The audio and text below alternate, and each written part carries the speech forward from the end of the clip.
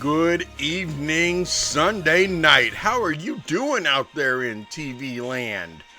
Oh man, it's it's Easter. Sunday. There's like bunnies outside laying eggs. It's really fucking weird. Um, and they're colorful. I don't know who fed the rainbow to the rabbits, but we got colorful poop eggs out there. What? I'm remaining silent. No, you're changing your mind. You're not going to say it after all. It's not bad.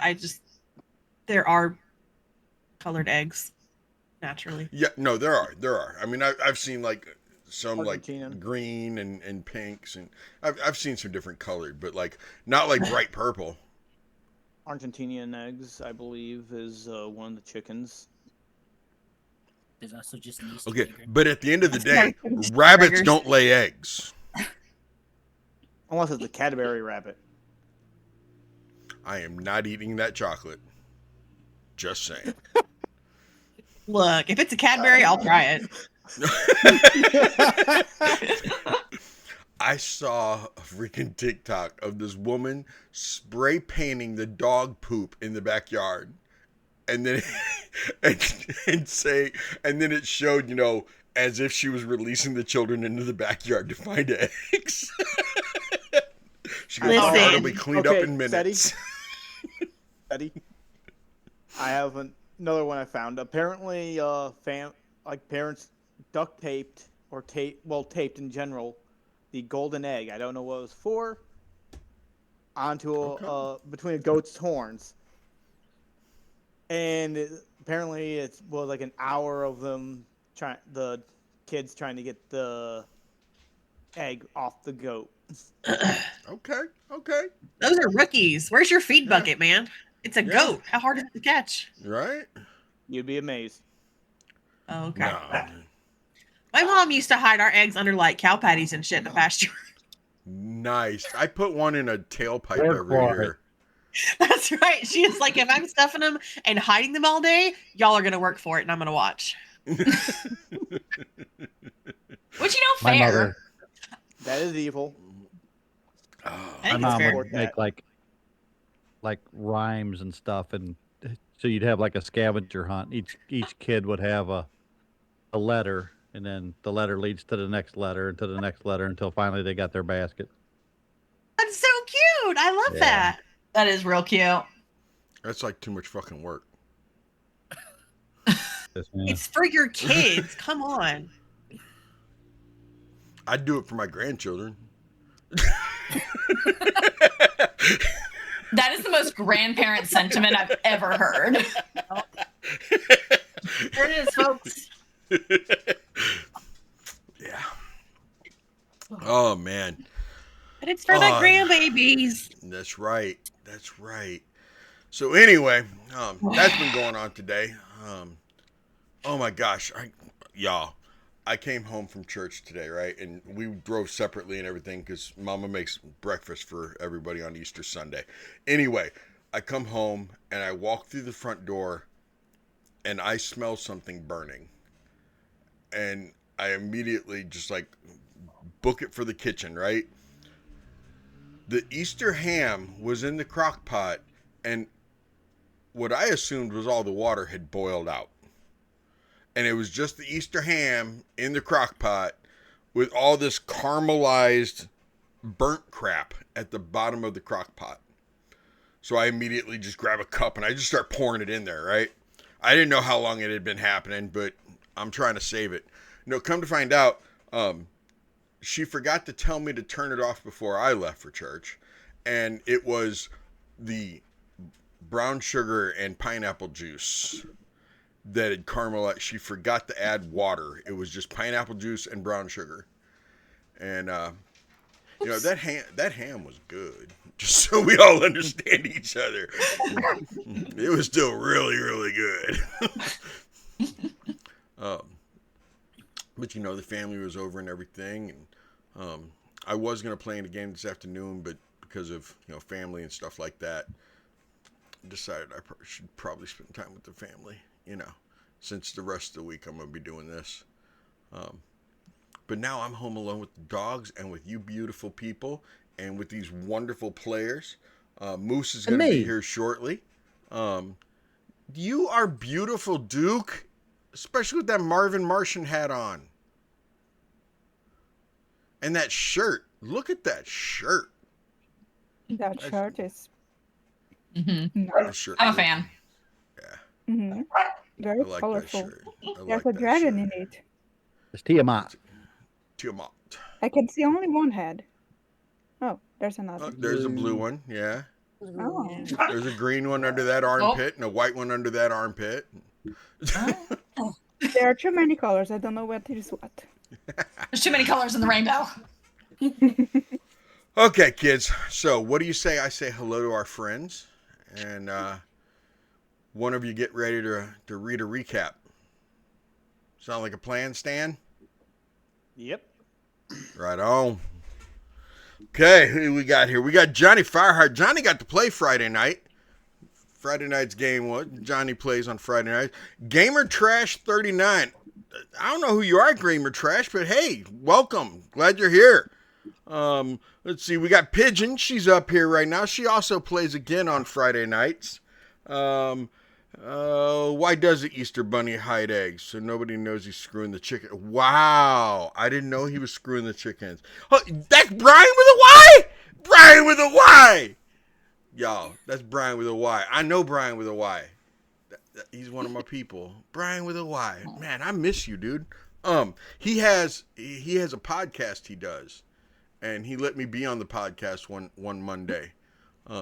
Man, I miss you, Brian with a Y. Remember that. You remember that? Yeah. Watch that. Yeah.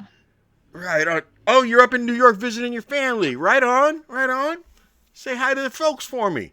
Okay, let me finish saying hi to all our friends. Okay, so I don't know who that is. This Cool Hand Duke 1234. I'm glad to see you here. Glad to see you, Cool Hand Duke. Thank you. There's Trelios. He's up here, and he also plays on Monday. There's Jasmine. She's up here. There's that Duke guy again. He says he's lurking, but I don't think he really is. There's me. There's Cricket. She's up here. What'd you say? I think he's tired of being picked on. You think? Huh. That poor guy. I know who that third person is. That's Jim K. Bones. And there's Pidge. She's up here. I already said her, but I'll say her again. And there we got Fluffy at the very top. Fluffy's going to listen as long as he can until his phone probably dies. Okay. Let's go. Let's do this. Let's get a recap going, and then you guys can die to Strahd. Kill Strahd. It'll be fun to disappoint you. Wouldn't be the first time I'm Always do. disappointed. Trust me. I'm good at that. Hey, there's Nene. Cupid broken arrow. Her man's up here. Okay. Okay. When we opened, we were all pretty fucked up. So Alicia cast Mass Cure Wounds on Gwendolyn herself and Talon, who was on the ground. In true Alicia fashion, she bent down very carefully and patted his cheeks and said, "Okay, up and at him, let's go." Talon asked where curseofstrahd were, and Alicia was like, "Well, I don't know where Strahd is because he's missed now, but Curse went that way." So Talon takes off. Strahd had cast Fireball on himself and torched us, so he took himself out the rest of the way. Curse and Talon almost nearly met at the south end of the room, and both ended up tripping into the teleportation trap. And at one point, they both ended up in a crypt, in coffins, in sarcophagi, and had to work their way out of there. When Curse escaped he was able to communicate to Alicia that he was heading back to Strahd's tomb again, and that there was a trap there. He was going to work on that. Alicia moved south. Then also, after we kind of got out, we decided that we were just burning spell slots, killing bats for no reason. So most of us moved down to try and get closer to the doors. Talon makes his way out of the tomb when he gets sent over there. while we were fighting the bats, Mordenkainen was able to cast a protective orb around himself, and then there we are. Okay, the stream went weird. Sorry. He drove off some bats with the sound of owls, which was really cool. Kurz was able to get past the traps in front of the portcullis that were teleporting people away. He clung on to the iron fence, which is where he spent the rest of the session. He was able to see into the crypt, see the brides, and trigger them to move forward here. At one point, Mordenkainen teleported in there, got attacked by one of the brides pretty good, and he grabbed the back of her head and cast Disintegrate and nearly took her out all by himself. Alicia is now invisible thanks to Mordenkainen, which she is just delighted in. She and Wilbur helped Sheva get rid of some of the whites that were down there. So we all are kind of meeting in front of Strahd's tomb right now, recouping. We all got some healing. We're all feeling a little better.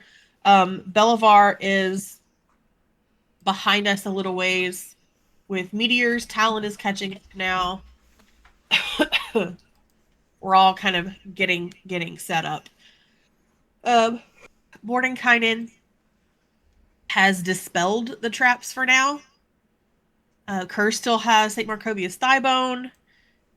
And one bride is down on the ground, but not staked. Alicia has plans, and Kurz has Mage Hand inside the tube. And that's where we were when we stopped last time. Thank you very much.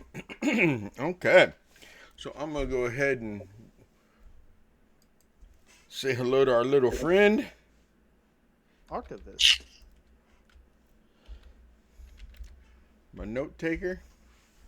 Archivist is now recording. Okay. This. So, the night the sky tore open above Old Barrow Hill, the land itself seemed to recoil. A rift, thin as a knife cut, yet glowing like a furnace, pulsed with sickly violet light, staining the mist-choked moors. Rahadin was the first to arrive, silent as a shadow and twice as cold. He surveyed the widening wound in reality. Behind him, Strahd's coven of witches gathered, 3 in all, muttering protective cantrips under their breath. The air smelled of wet stone and burning herbs. A sharper scent followed, the coppery whisper of lightning teleportation. Strahd von Zarovich materialized beside them, boots sinking slightly into the peat. His cloak snapped behind him like the wings of a hunting bat. "The Elder Hags answered the call of the rift," Strahd murmured, his voice like velvet wrapped over steel. "Be on your guard. They are not my creatures." The witches trembled but nodded. Rahadin placed a hand on the hilt of his scimitar. "My lord, shall we close the portal before they emerge?" Strahd's smile was thin. "If it can be closed, the Elder Hags slip between worlds like smoke, but their arrival must be managed." A shriek echoed through the night, high, ancient, hungry. The first of the Elder Strahd's hags clawed their way through the rift, dragging wild magic and winter winds behind her. Tall as a standing stone, her limbs were gnarled, her eyes bottomless pits, swirling with purple fire. But she was not alone.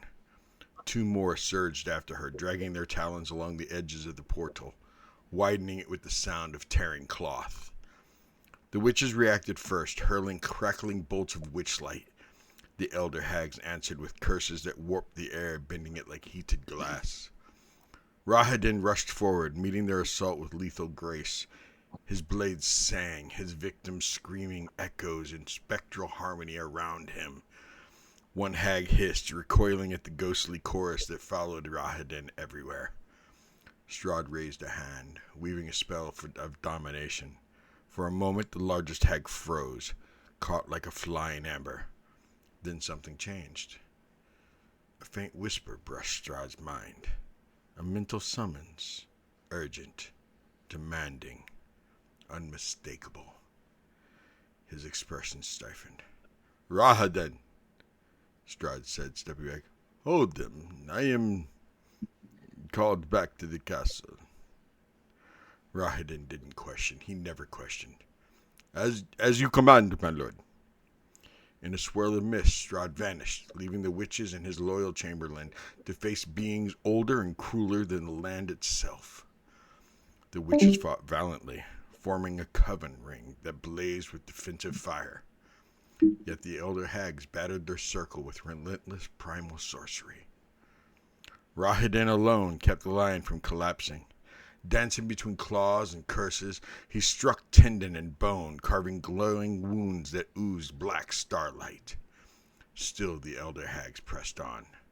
The rift pulsed again, threatening to open further. Rahadin planted his blade in the earth and spoke words few living ears had heard, an ancient elvish invocation of war and silence. The chorus of his victims rose into a deafening scream, not of anguish, but of defiance. The shockwave hit the hags like a hammer of sorrow. They staggered.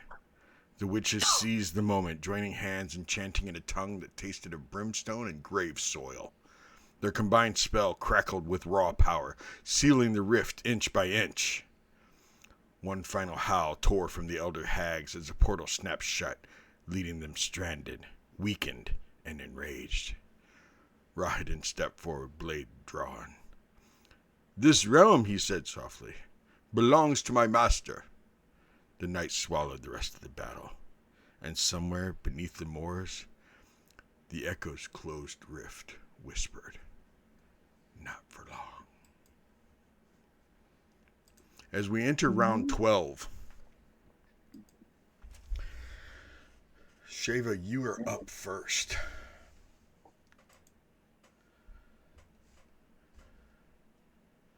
What are you doing? After Shava, it's Belivar. Then Kurz, then Alicia.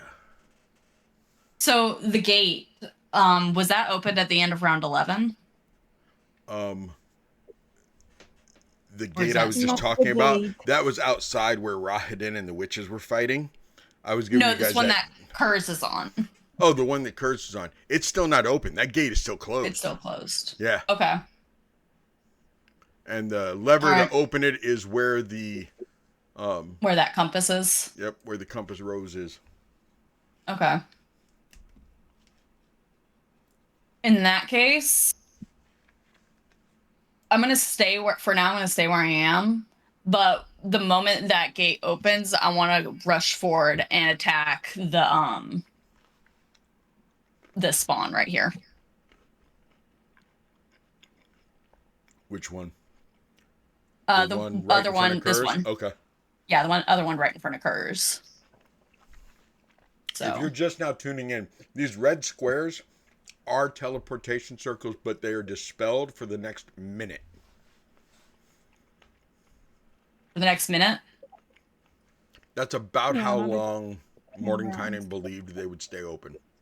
That they would stay closed. In that case, I'll go ahead and use my movement. Yeah, I'll move up here, and then the moment that gate drops, I'm going to swing on the spawn. Come.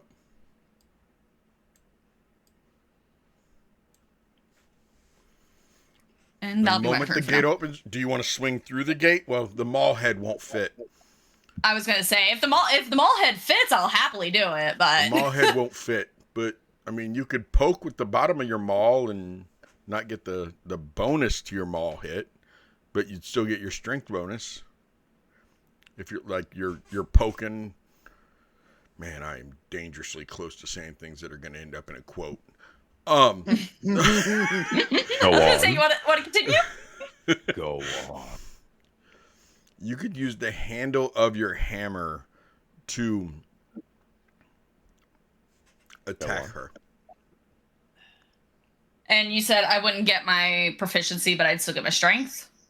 You would get the strength. Well, you would get your proficiency. You'd still get your strength. What you wouldn't get is any bonus from the maul itself that is magical.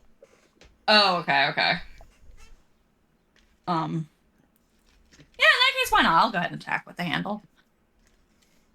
So a 21 and a 16.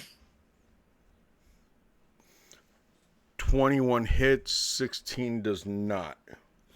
Alright.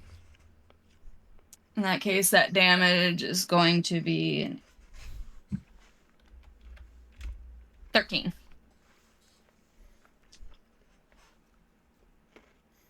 But you do have, it is a magical maul, right? It's been silvered, but it's not magical. Okay. You said how much damage, ma'am? 13. You will notice immediately that it doesn't feel like it did as much as you think it should have done. Okay.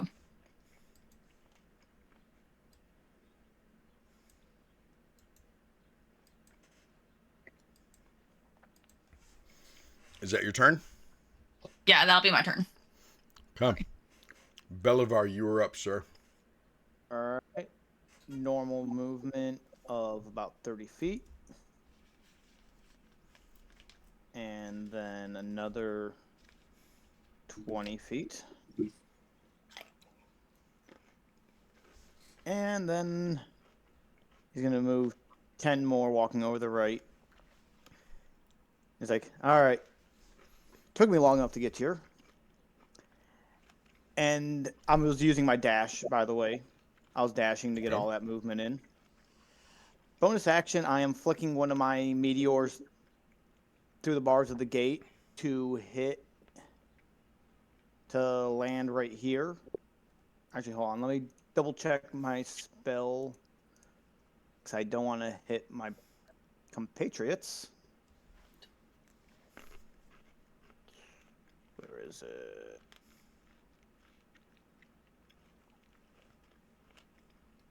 Within 5 feet, yes. Okay.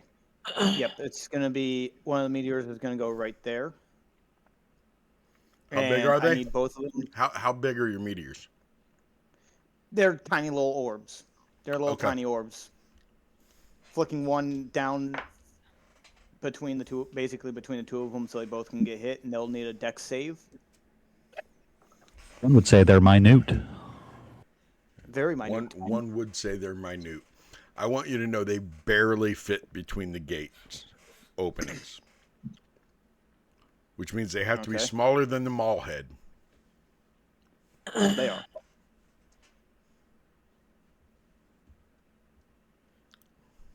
All right. I need a dex save from both of them.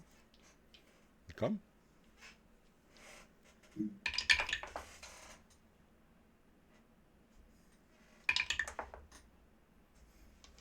No, they will not save. And they will be taking 8 points of function. 8 points of psychic damage.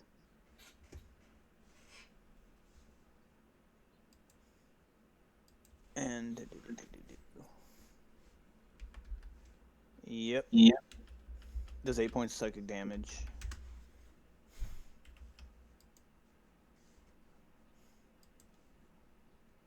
Do we remember what level I casted the meteors at? No. I'll see if I wrote it in. It's a cantrip.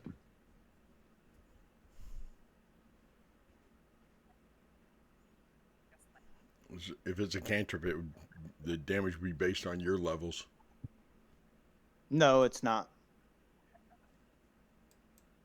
Mel's minute meteors. I think I casted it at a higher level, 5th level, I believe. Because I wrote down exactly how many I had. All right. Oh, it is a 3rd level spell. Come. Yep.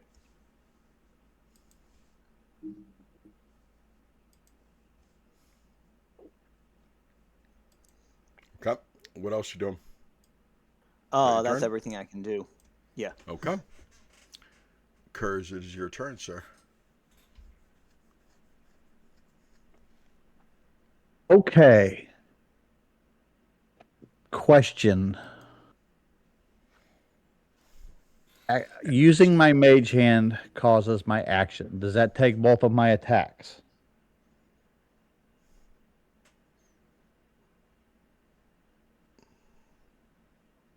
No. Kurz will look over to Shava. We kind of need to be quick about dispatching of these. Are you ready? Yeah, let's do this. Let's get this over. And I will have my mage hand pull the lever. Oh, lever, cronk. Someone did it. Thank God. Oh, never. All right, there we go. I smell what you're cooking, Shava. Okay. So you use the mage hand to go in there and flip the lever, and the gate starts going up.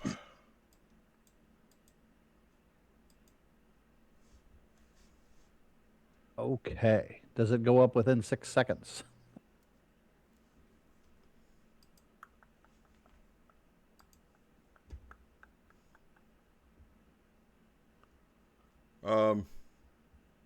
It'll go up during your turn. Okay. Kurz would like to pull out his butterfly net. Uh-huh. And break off part of the handle and stake this one that's dead.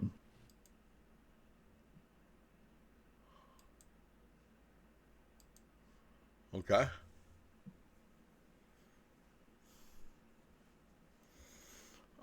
That would definitely use all your action. That would use all of my action. Correct. Yeah. Okay. I'm about that. You are going Bonus. to Bonus action.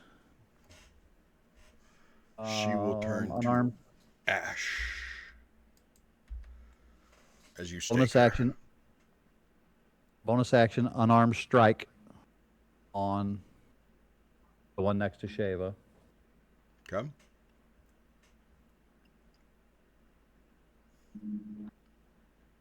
That is a 22 to hit. It definitely hits. That is 11 points of damage.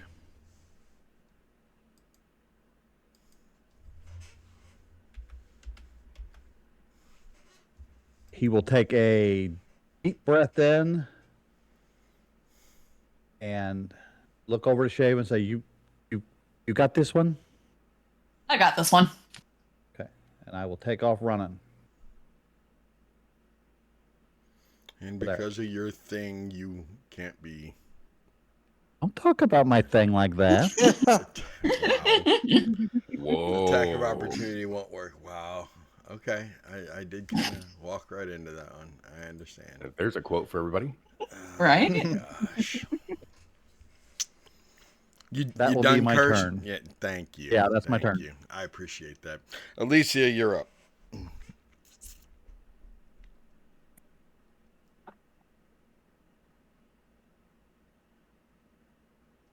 Oh, good. You're muted. I have questions. That's why you didn't answer me. That's exactly why I didn't answer you. Fine. I don't have questions anymore. Oh no, I do.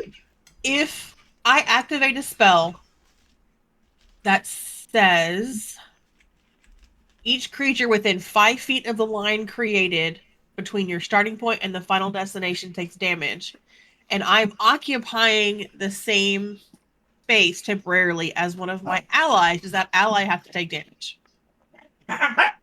Don't kill me, please. It's okay.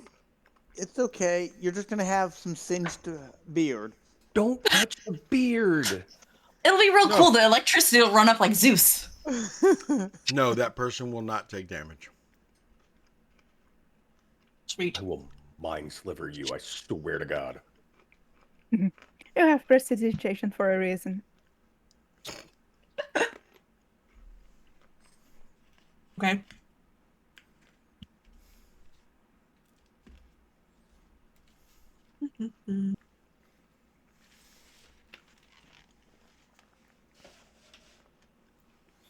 I am going to. Why didn't I do this sooner? Yeah. I don't know. I'm gonna pat Gordon kind of on the leg. I'll be right back. Or, I mean, maybe. Where the fuck did that come from? I don't know. Oh, Run up, and as I run up to Shava, I like touch their legs. Like, hey, it's me! Don't kick me. Oh, okay. And just maybe close your eyes for a second. And I'm gonna cast Ride the Lightning. And Yeah. both spawn to make a dex save, please. Did you say both or just that one? Both. Come. One of the coolest things ever. Dex save of what? 17. Does anybody see it? The first one makes it. Belivar You does. see the lightning, you don't see me. We just see a bolt of lightning. The second one does not save, but the first one does.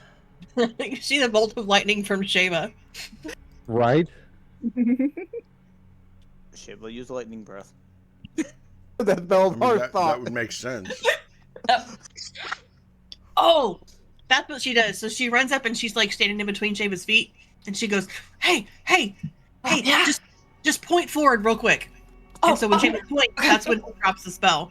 So it looks like Shava pointed lightning.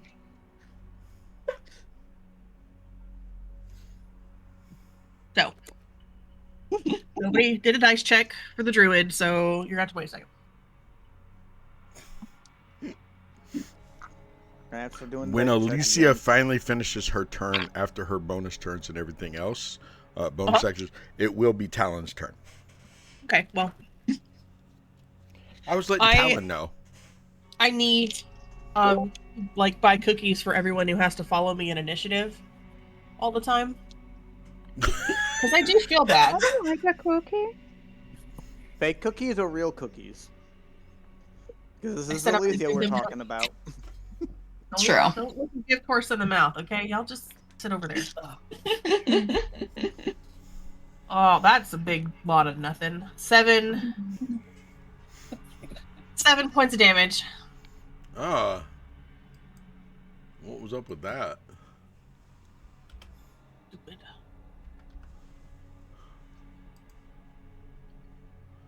So that one only takes 3. No, 4. That puts me back here.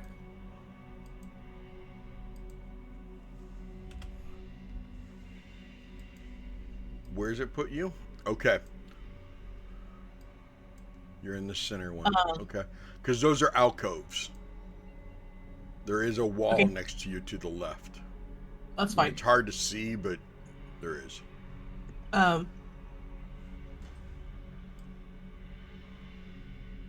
going to, like, one-armed hug Kurz and kiss his cheek and say, "Okay, I'll be right back." And then I'm going to Misty Step over here. As I notice. You're doing a really good job. You do. Kurz is like, "Okay, whatever. Stop, A y'all." very forward ghost. That's right. The spawner just like, what's happening? Aren't we missing some people? Fine. And then Wilbur has like a bunch of movement, I'm pretty sure. Wilbur has, oh yeah, he has like a million things. So 60 feet. He is going to very gentlemanly weave his way around. Yep. Can he fit in that stairwell? Not between the vampire and the wall, no, but yes. Right, but if she wasn't there, he could Yes. go down there. Okay. Well, he could step on her. I think it's Right. nom nom time. He is a dragon. I know what I was thinking.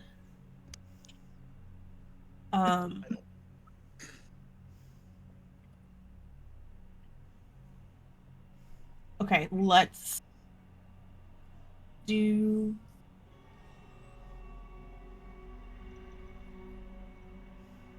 Okay, let's do the multi-attack. The good news is that the ceiling right now is 20 feet, and as you go down those steps, there's a 30-foot ceiling. So He could flutter, like, kinda hover above her if you want him inside the tomb crypt. Oh, yeah. Is he a medium? It doesn't say what size he is. Oh, it says he's large. Okay, can he fit over the spawn? If he's flying?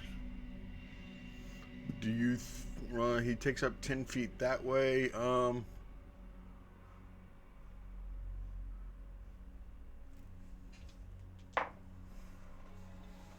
It would be a really, really tight fit, but he could pull it off. He would have to kind of like half fold them wings and like flutter up and then like kind of dive. Yeah, he can Spyro jump and glide. Yeah. She would definitely get an attack of opportunity on him if she chose to chose to take it. Words. Uh-huh. Right. Okay. Well, he's gonna end up right here. You're locked together. Yeah, block Yeah, everybody from getting down the stairs. That's a great idea. You will give me 2 seconds. Hey. Do your One. second. It is your turn. You do Two. all the things you want to do. Alicia, so you know you're dragon and you are locked. We're attacked. We are gonna Are you do. really? Okay. I will Breath unattach. Well, I can fix it in a minute. I just am Okay. in the middle of my turn. Let's try that dex save again.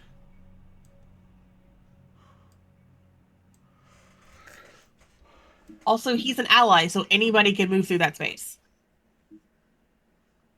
I was Look, thinking about the lines of spells. he's a big boy. Be alright. Nat 20, baby. Well, fuck her then. Oh, There you go. Did I use all my legendary actions? Does everyone remember? It's a new Not for turn. this Wow. round. It's a new New it's turn. A new Yeah, round. it's a new Yeah, round. new round. Yeah, You we get, started you coming get around, 3. so- Can I barely see this, the one that's like kind of peeking around the corner? This one?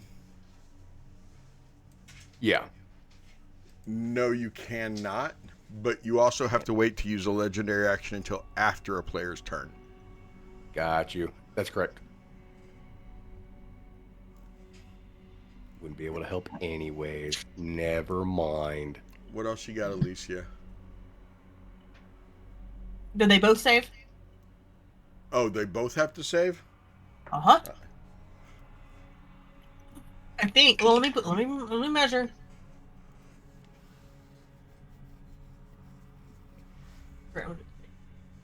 I'm gonna move him Okay. into the extra square. Yeah, just do it right there. We'll just do the bottom one. That's fine. Okay. For heaven's sake. All right, that's 2 damage.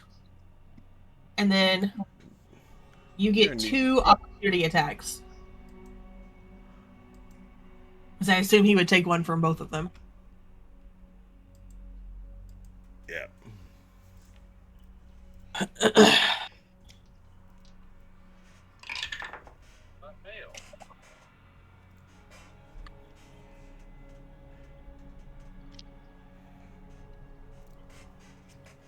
Does an 18 hit him? No. Does a 19 hit him? A 19 does hit him. Okay. So one of them hit, the other one doesn't. Damn, Wilbur's badass.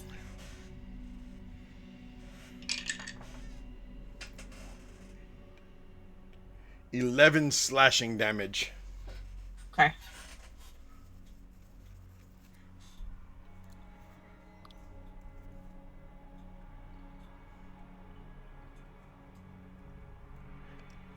That is okay. There is that, and I believe that's it. That's it? Yep.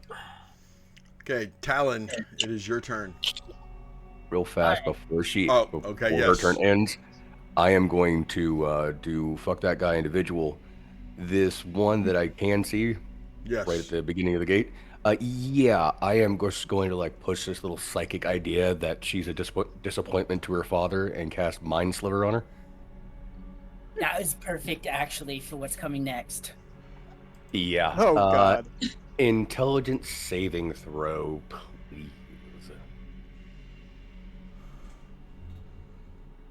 I feel like that's Talon's primary attack is Mind Sliver.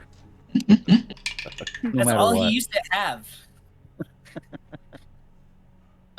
Other than walking up and being like, "Pow." That's all he had. Okay. I just thought it was very Yeah, mean, and that vicious worked really well mockery. for him, didn't it? I need you to tell me. No, I'll flip a 2D. You flip a what? Okay. A 2D. So anyway, the one that you're hitting, the one that you guys already killed, she was wearing a soiled white wedding gown. Laying on the ground where her feet is a gold tiara and several gold bracelets laying right. Look at Talon. Oh my gosh. I know this is actually just going to play out pretty good. Oh, The no. one you just hit, she is wearing a stained and tattered red wedding gown, black and crimson silk headscarf that has several precious jewels in it. She has a beautiful platinum necklace with a black opal pendant in it. It looks like straight money. Let's see if she saves that though, because she does have daddy issues. What was it? A DC what? 19. Intelligence saving throw.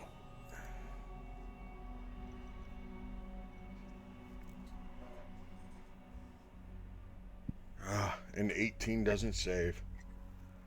Nope. Great. So she subtracts 1d4 from her next saving throw. And hold on, let me get my d6s out. What is it? 46. Right? Yes, 46. 5. Oh, nice. That is a total of 12, 5 is 17 psychic damage. 17 psychic damage. 29 plus that. 29 plus 17.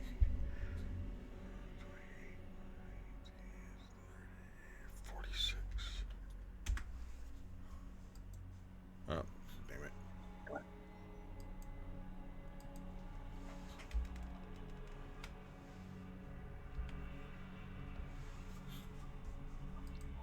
Okay. Is that your legendary, sir? Yes, sir. That's it. Okay. Talon, you were up. Talon is going As she looks like there's a small tear in her eye from being a disappointment to her father.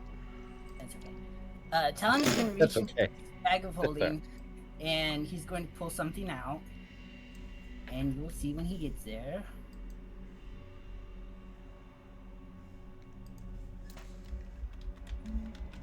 Yeah, I can go all the way there. He's gonna come to here. He's gonna stop right there. And what he has in his hand is a wedding bell, blackened with time, stained with blood. As he looks at both of them, why are you wasting your guys' time with him? His heart died a long time ago. You are nothing more than we are to him. The real man is coming. But you will never be her, as he holds up the veil. Because this is from Baba Yaga's, so he's pretty certain that he knows who that one is. Okay. And I had to spend my dash to get there. Hey. So he... And what is it a saving throw or what is it? It's just fucking with their minds. Just fucking with their minds. Okay. It's Talon, the warlockiest paladin in the world. Yes, the most warlocky paladin in the entire world.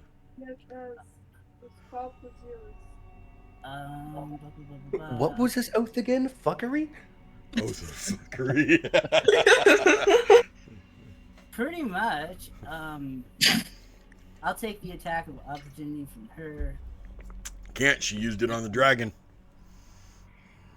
Fuck yeah, because he can get all the way to the coffin. Alicia does a good job, but she has to try so hard not to stick her foot out and trip Talon right now. Oh, no. Did you roll for that to make sure you didn't trip him? Thank you very much. You can just imagine it. You literally land on the coffin head first. Right. Knock yourself You fall in with unconscious. Strahd.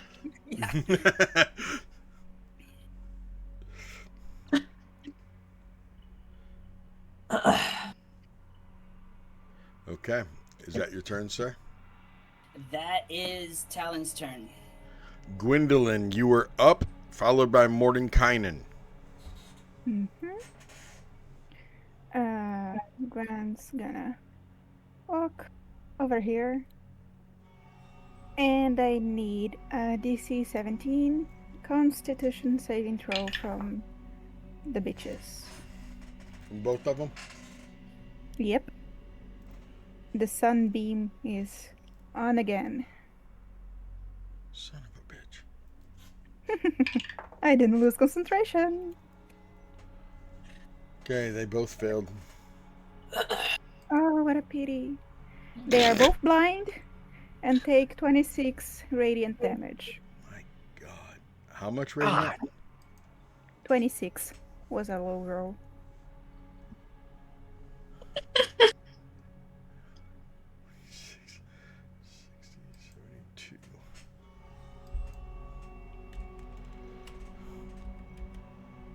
She is bloodied.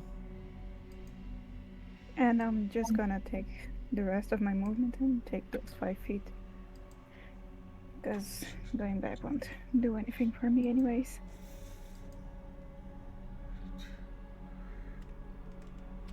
And, oh, actually, bonus action? Where's my second level? Yeah, I'm gonna use a Misty Step. And go... over here. Can't go over here. No. Here. That works. Okay. That's my turn. Mordenkainen. I think it's time to fuck shit up, guys. Mordenkainen's gonna run away. Right? I believe All it. the way. I believe it. What was I doing here Aye. to begin with? Oh shit! I left the curling iron on, you guys. I gotta go home. I'm gonna move up here. I'm gonna give enough room for Belivar to actually get through. I just want to be able to see these two individuals right here. I'm kind of nub this individual beside me. And it's like, this is just so fun, isn't it? I'm having a blast. I don't know about you. Shaven looks Mordenkainen up and down, bloodied, and like having a rough, squishy wizard time. Just gives a little smirk. And then turns right to her and oh god, I had a plan and now I'm gone. How big is the room? Never mind. I'm not going to use that spell. No, I am going to cast Wall of Force on that one. On which one? The one right in front of Shiva. You mean the one that has negative D4 to her next saving throw? No, Actually, you're right. You're right. That would have been the saving throw that actually they had to make on the lightning on the on Gwendolyn. Sunbeam. I got. Yep. And they already failed that one, but Can I see that one that's kind of right around that corner? I kind of. yeah, you can kind of see that one. All right, cool. Well, we're gonna fuck that guy individual. It's a woman in particular. but just so you know. Hey, I'm a dude. She's a dude. We're all dude, guys. Okay. Do. Thank you, Good Burger. She's wearing a faded gold wedding gown with a platinum mask shaped like a skull. And she has rings on all her fingers and her thumbs. I want to make this thing as like small as possible, so she's kind of like cramped down. It's like, you kiss your brother with that mouth, disgusting. I killed my brother, like I'm going to kill you, old man. What was that? I wasn't caring. Should have been a bard. Should have been a bard. Should have been a bard. My mother told Bard. Yep. Like my mother told me. So what she need to do? Saving throw? it's What's going on? It's just a wall of force. There's no saving throw. I'm reading it right now. An invisible wall of force going to do around her, so she can't move. She can't get anywhere. She can't mess with anybody. But I think that also drops the invisibility on our little chaos woman. Because the other individual, they're bloody. They're fine. We can take care of them. That one doesn't look like they've been hurt that much. So let's contain them. Alicia looks down and goes, "Damn it!" Oh. There you are. Hey, Alicia. Hi, Shiva. That was really cool what you did with the lightning. And she like super exaggeratedly winks. Shaven plays along, kind of like, yeah, that was really cool, wasn't it? Yeah, she like winks with her whole shoulder. She. Wouldn't she became? No, it was improved invisibility, so you can still attack. Straighter. Okay. So no, she wouldn't have.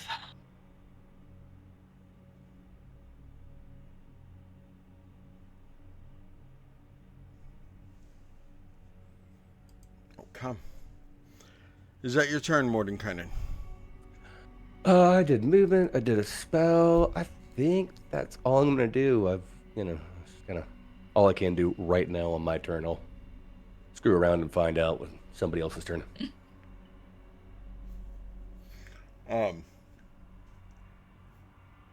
How high up did your wall of force go? 10 by 10. 10 by 10 panels. What'd you do? Just boxed her in.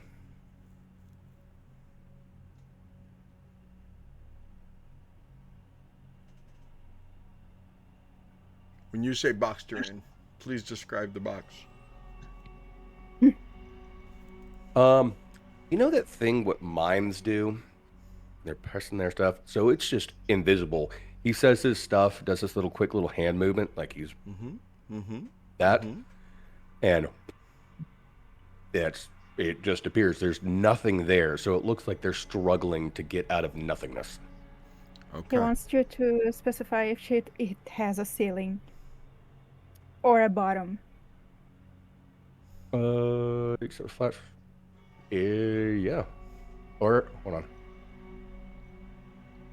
Any orientation you do as a horizontal vertical barrier.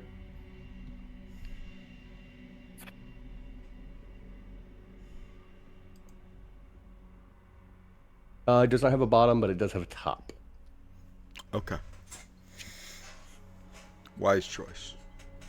Thank you, Jasmine. I wasn't gonna say that because I didn't want him to immediately say, "Of course it has a." No, I wasn't. No. Yeah, no, I understand what you were trying to do. I'm not here for it. Because that bitch could have climbed that right up that fucking wall. Yeah. Okay, it is their turn.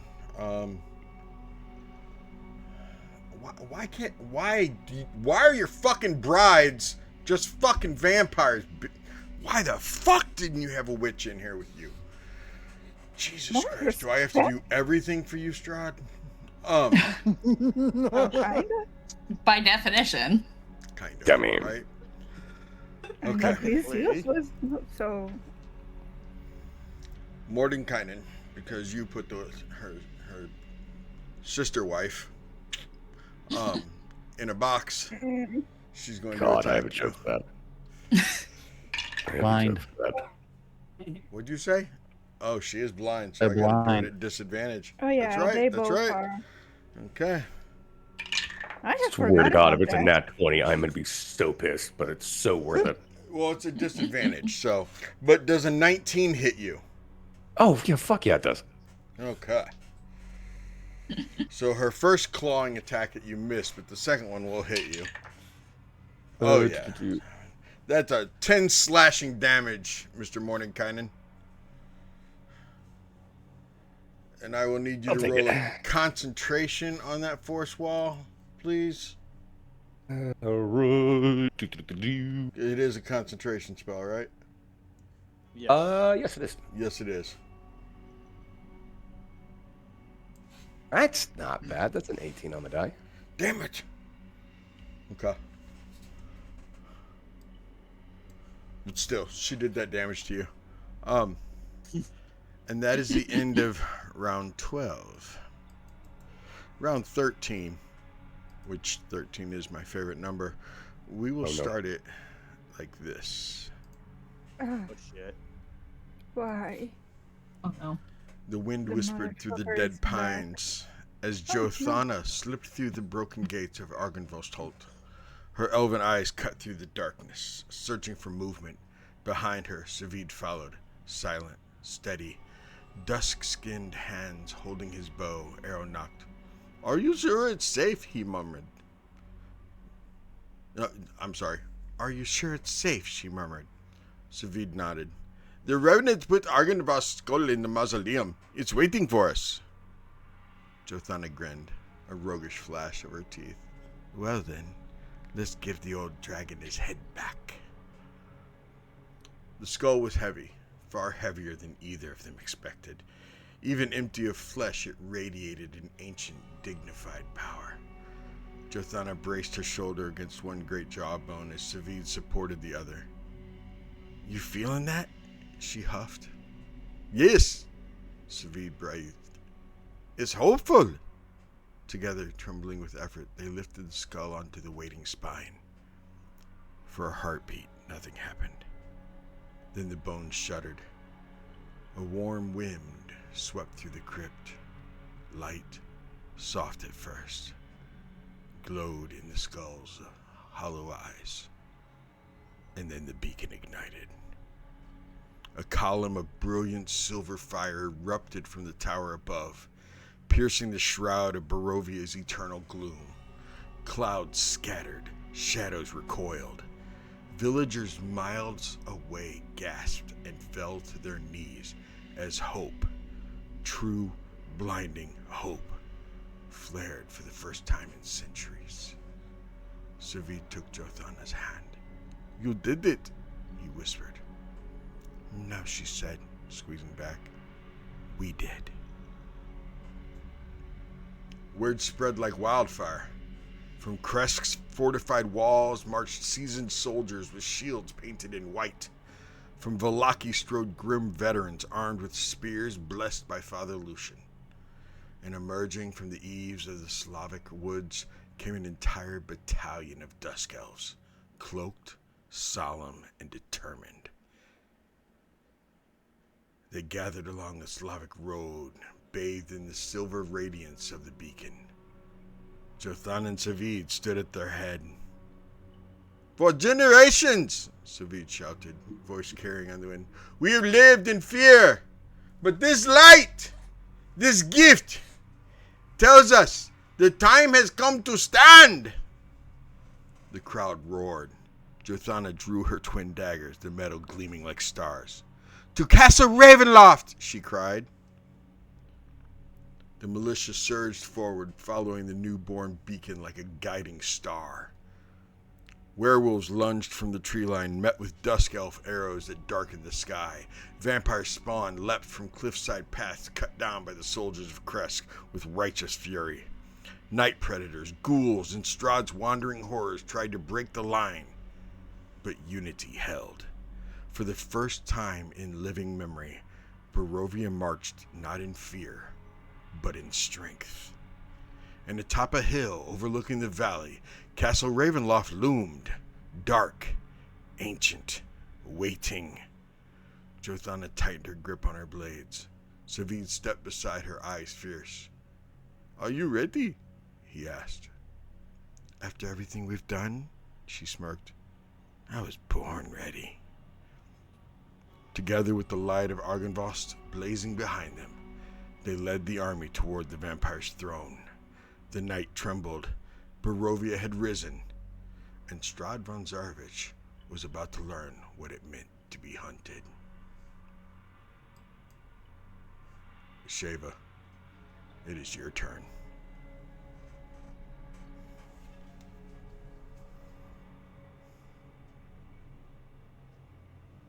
You're That'd be muted. so much better if you wasn't muted. That fucking just, ruined. that's That just ruined. That ruined such a That'd be beautiful fine. moment. I saw you going like this, and But did you curse? Did you curse before you unmuted? I did curse. I said it with a smile on my face. But I think we're gonna start off and I'm just gonna be like, get out of my way! And I'm gonna keep going and do another double attack on her. Okay, So 21 that hits. and a 19. That hits. Bet. Get it? Oh. Well, that's all.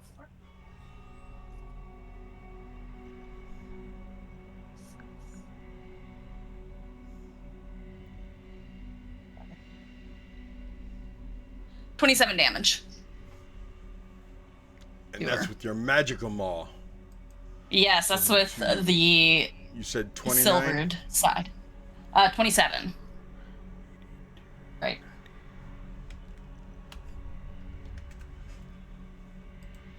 Okay. Is that your turn, ma'am? All right. Yes, that'll be my turn. Okay. Belivar, you were up. Okay, I'm going to use my bonus action and send another meteor to the exact same spot. Now, because it does psychic damage in like a shadowy wisp of an explosion, would that still affect her, or like the one that's in the Wall of Force, or not? It is Like with immune to magic all spell? damage and can't be no. It blocks damage from hitting her. Everything. It says physical damage. It also says it's immune to all damage. And it extends into the ethereal plane, blocking ethereal travel also. I mean, it. All right, so I can't even hit her with any psychic spells. No, you correct? can't hit. No, you cannot.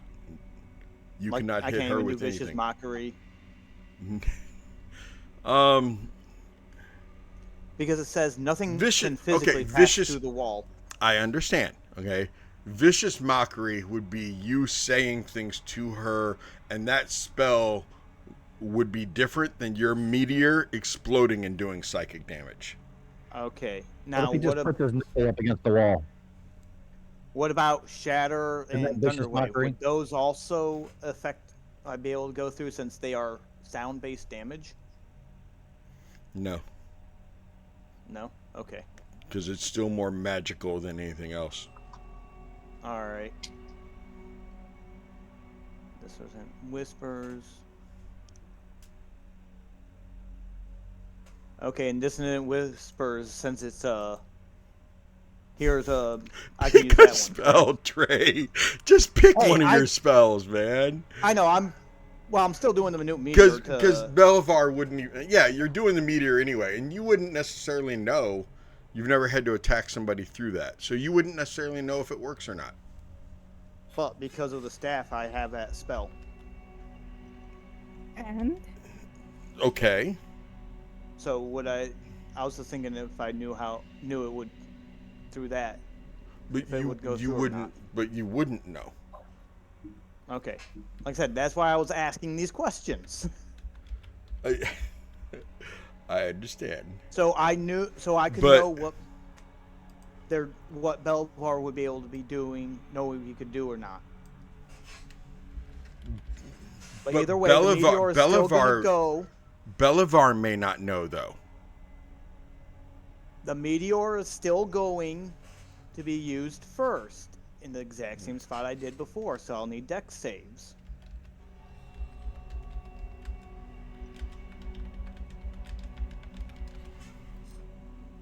Do they have disadvantage on them for they're blind?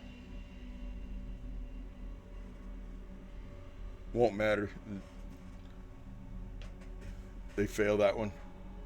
11 points of damage. Actually, Vicious Mockery doesn't go through it either. Nothing will go through it. So no sound base or anything? Nothing will go through it. She's just stuck there, waiting for you guys to lower that to attack her. How much Alright. damage did you say? 11.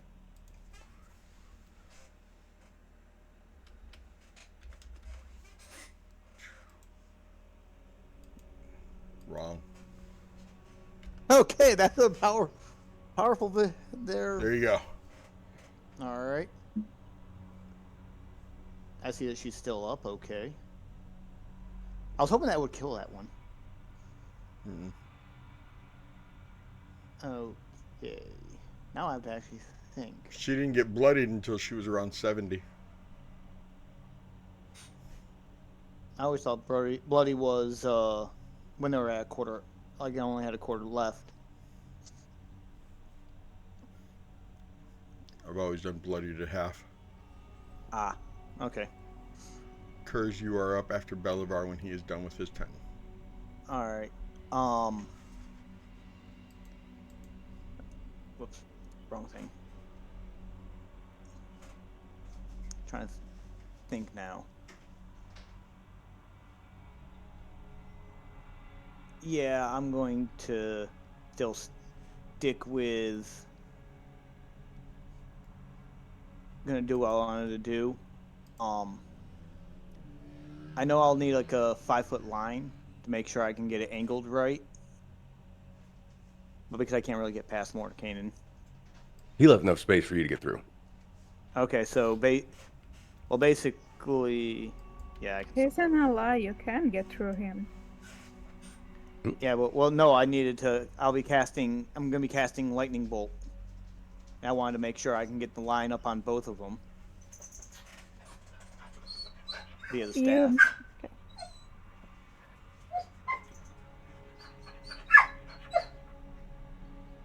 And just in case, he's also gonna use a sorcery point to. Where are they? I had to change up the sorcery points. Careful spell. Using one sorcery point to also do careful spell so nobody gets hurt. It'll be lightning bolt. So where did I?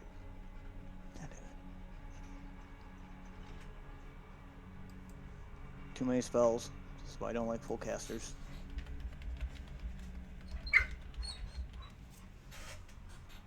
I need a dex save of 19. Nat 20!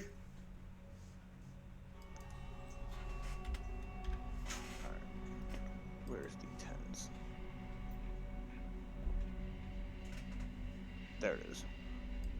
it is 10. No, it's 10d6. 1, 2, 3, 4, 5. Okay.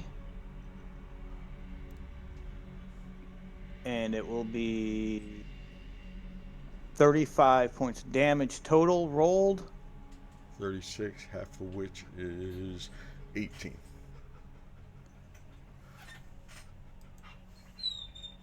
Okay. Is that your turn? Belvar's gonna look at her and say, "You're still standing. God damn it." That's everything I can do right now. Okay, Kurz, you were up. First is going to look to Talon and Gwen. And I tried to lift the lid, and you guys do your thing. Does that sound like a plan? That'll work. That works for me. And can I hold an action until we're all ready and do like a group thing where I try and open the coffin and they do what they're gonna do? Sure, I'll give you that. Since they all go after you anyway. In fact, Alicia, Talon, and Gwendolyn in that order go after you. Alicia actually goes next, but yeah. You did say it was a wood coffin, right? No, I did not. Oh, I thought you said it was a wooden one down there. My bad. Nope. You did. I just watched. You said dark polished wood. You did. Did I really? Hold on. I watched it. I was pretty sure you did. Smell for... I was just double checking in case it is Shining stone. black- No, you're right. You're right. On the floor is a shiny black coffin of finely waxed wood. You're right. You're right. Okay, I was gonna say if it was stone, I would hold mine to help Kurz in case it was. It was his Massive. brother that was stone then. Okay. Okay. Yeah. Well, yeah. When we got the armor, that was a stone coffin from Sergei. Okay.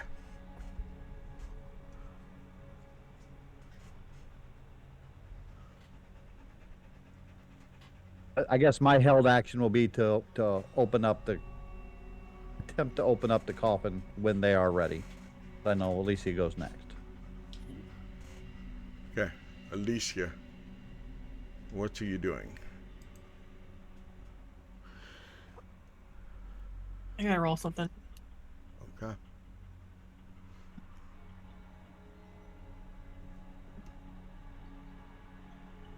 Okay.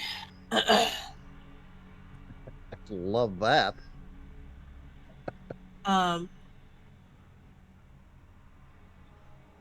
me.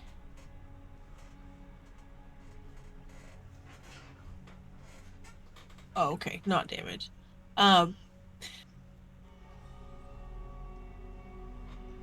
Hey Shiva, don't take a step forward, okay? Okay. I'm gonna cast Consuming Pyre on the one in front of Shiva. What the hell is that? Yeah, please go. Is it a bonus action or anything to activate my boots? No. Okay, so yeah, levitate before I walk over there. Okay. And this little.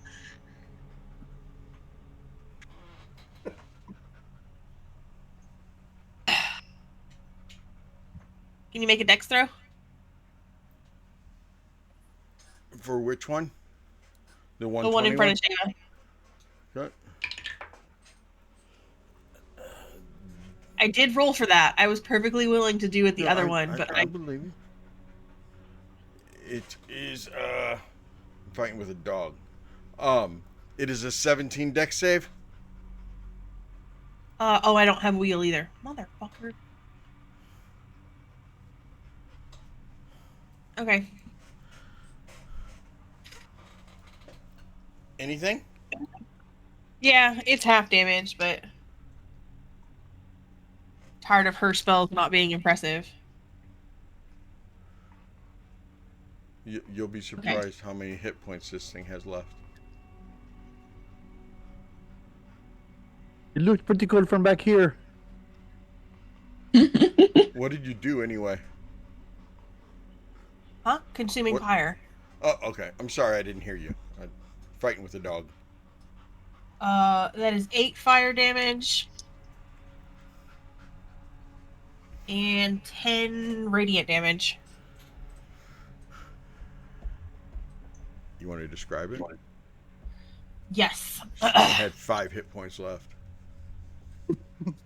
So she mutters under her breath and she just reaches out her hand, and from underneath the spawn, flames just erupt and like wrap and lick up her legs and then like over her shoulders and just bring her, and like the fire pulls her down to the floor.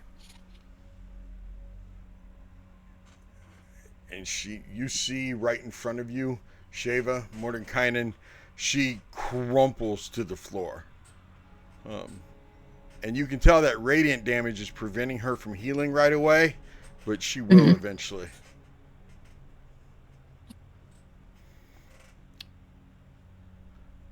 What else you got, Alicia? I don't think Alicia has any reason to understand Wall of Force.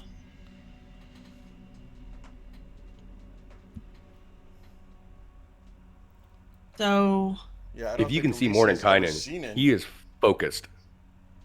okay. And I'll give you, you know what, just make me a perception. What's your passive perception, Alicia? Like a million. It's 19. Like a million. It's not a million. That is so close to a million. Yeah. You have Half seen my speed. her. You've seen her miming, trying to get out of this wall of force. Invisible, but I mean not invisible, but blind. But she's a blind mime. That's a handicap. So many comments. I should not have said it like that. That was wrong. I didn't say it. Send all complaints to Moose. I didn't say it. I apologize. He For apologizes nothing. to all the blind mimes out there watching. Oops. All I right. want to thank you because that kept me from opening my mouth. I'm gonna look at. Okay, so Kurz is the one that's gonna be pushing, right? Lifting the Yes, coffin. it looks like he's trying to get those little cute, adorable silver claws in between the cracks of the coffin to lift it up. Glenn, what are you doing? What do you look like you're doing, Gwendolyn? Besides standing there looking beautiful. I mean, that's a whole. I It's don't know how you do anything else, but it's so tiring. I'm gonna tell you. I believe that. I am getting ready to. Well, stab Strahd. Okay, so With- you're like digging with through your what? bag or something, right? There's my semi-movable rod, Yeah. Okay. curtain rod thing. Take. Okay. We didn't decide on a name for that. No, we never decided on a name. It's kind Collapsible of rod. Collapsible rod. I don't The know. thorn. Expandable rod. Talon, are you lifting or are you stabbing? What do you look like So you're doing? Talon is going to come over to here, closer to like the face area. He'll call Gwendolyn, like next to the heart. Okay. Well, Well, Wilbur's you'll gonna see come over him- here and help. Yeah. I was just trying to figure out where to put Wilbur. He's gonna help with the pushing. Okay. Removing well, the it's- lid. It should just be wood, I think. But we'll find out. But basically, Talon. No, in it's his a offhand- it's a steel plate on top of the wooden coffin. There's a dragon there. just cause. Basically, 'cause. in his offhand, he's gonna have a stake, and in his dominant hand, he's gonna be ready to like cover his mouth, so he can't fucking speak spells. While Gwendolyn hopefully does that, and if You she don't want to misses, grab his he- tongue again? Oh, I'm going to. Do it. Going to. Okay. I have something to settle with him, so. There you go, Alicia. Motherfucker, You know what's happening. And with that, I guess, when Gwendolyn gets over there, Curse, it's up to you. Or it's on you. Yeah, Wilbur is holding his action. He's watching Curse to see when he needs to help get this lid off the coffin. Like I said, we'll call Gwendolyn up to where it'd be about where his heart is. Faster she can do it, the better. Is that your turn, Alicia? Yep. Talon, it is your turn. Kurz, are you popping the lid? My 'Cause thought you know, was gonna once be you when pop, Gwendolyn- you can't stop. We were still holding for Gwen to get up there. Okay, waiting on Talon, Gwen. hold. Still holding. Talon, what are you doing? Anything other than what you just said? Okay. Basically, he's Holding ready to your roll. action, waiting to see a tongue. That's right. Okay. Gwendolyn, it is your turn. Moving up here too close to the heart. Okay. Prepare to stab him. Kurz, give me that strength check to pop the top. Do you want to make it an advantage, or do you want Wilbur to roll his own?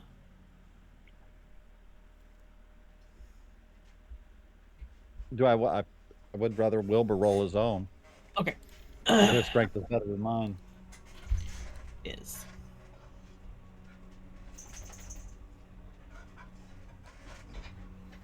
I know, girl. Give me just a second. I know. 24. Oh, well, you better than Wilbur's. You pop the top. Laying in your I coffin. stab. I won't even fucking describe it. Okay. You No, I want to shove describe it, okay? I just No, didn't no. want him to have a moment to do I'm anything. sorry. Yeah. Counterstep. Oh. Oh yeah, we are ready for this. Laying in the coffin, eyes closed, you see a beaten, bruised, messed up Strahd, whose body seems to be slowly regenerating. Burn marks slowly starting to heal. And you shove that stake directly into his chest, Gwendolyn. And as you do so, his eyes shoot wide open. And he is paralyzed. With a stake in his chest. Eyes wide open, not even flickering. Paralyzed. And I'm going to leave you with that thought while I take this dog outside. I'll be right back. Oh, get your ass back here. Damn it, how big is this room? Just want to know. Just You're about to curious. cast fireball? No, but that is a Coffin. good idea. We need the coffin. We need a The coffin. ceiling was We can 30 get you a feet new high. coffin. It's fine. No, it has to be his. But no, I'm gonna mount this thing on my trophy wall. The whole coffin. Just make sure you get his tongue before anything else is done, okay? oh, don't worry. That is Talon's first move. So What are we missing? Are we missing nat something? 20. I feel like we're. We have 24 hours before the Elder comes Mhm. by. So Yeah. we also have another problem that Mhm. out of. If he's dead, where are his powers? Are they just free and loose? Once he's dead, the Elder absorbs the powers. So the other Does it take until he gets to like the 24 hours until he's here to absorb them, or is it As I instant? understood it, he gets the powers when he comes to the Okay. other, the lesser Strahd's reality. Okay. But we still have a couple of demons we might be able to introduce us to the fates. I'm sorry, what? I actually couldn't understand you. We still have a couple demons we might be able to use to help us get, or to keep powers from going separate places. Those are some warlock words right there. You know what? He's only been a he's a paladin very for like warlocky paladin. Okay. yeah. He's a warlock You gotta have a paladin. relapse here and there, guys. Gotta have a One relapse. would The oath think of fuckery. after Someone being make it. fucked up for so many times, it would learn. So It's a scam. It's an MLM, Talon. Yeah. the bride that is inside the wall of force, you see her starting to shake, starting to convulse inside the wall of the vampire, the female vampire laying here at your feet that you're ready to stake if you can, Shayla, just evaporates. Like the clothes she's wearing and everything else just fall to the ground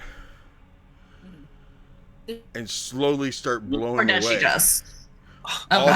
All that's left is the jewelry that she was wearing.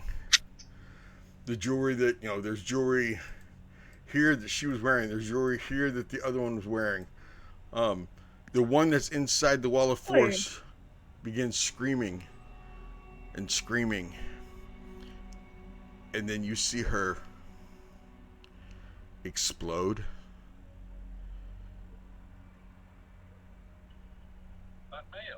The inside of the wall of force caked in ash, as you can no longer see inside that wall of force because the residue of her bones and everything that was her, that has been kept undead through Strahd, as the tether is severed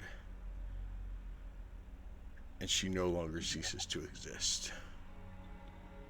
You hear cling, cling, cling as the rings that she was wearing, all 10 of them, drop to the ground. Many of those were magical.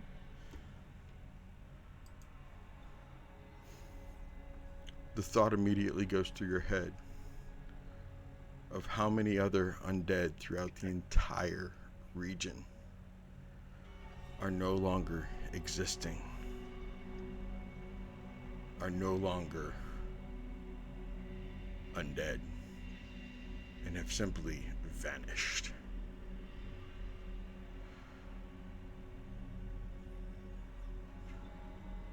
I wonder if the veil, the mist, or whatever it is that has locked us here is gone now. People can die and come back now. Since this realm was tied to him. Belivar will gesture towards the coffin. Belivar, you start, the bodies that are laying around you start decomposing and vanishing and turning to ash quickly. Several cells around you, you start hearing explosions, implosions, screams coming from, not cells, catacombs, tombs, shrines, echoing throughout the entire catacomb area, Belivar. It's almost deafening.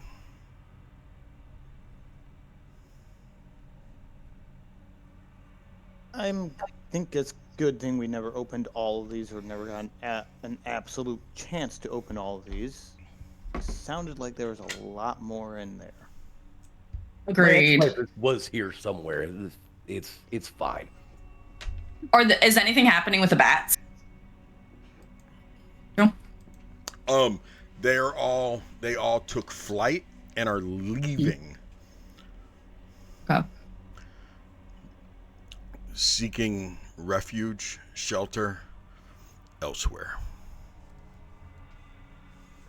When What you happened to should my thigh up bone? and closes Strahd's Your eyes. thigh bone slowly begins corroding, becoming brittle.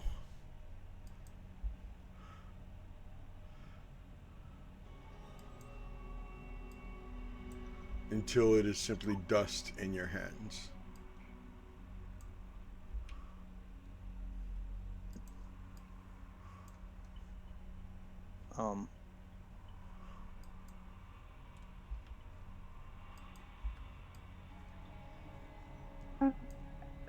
Seti, Yes, ma'am. there's a Strahd shadow on Twitch. But there's no Strahd. Yeah. Right? That was done before you said that monologue, by the way. Yeah. Yeah. I think Laying just in the as coffin, we. Yeah. his eyes twitch slightly, and you slowly see his face turning into a smile.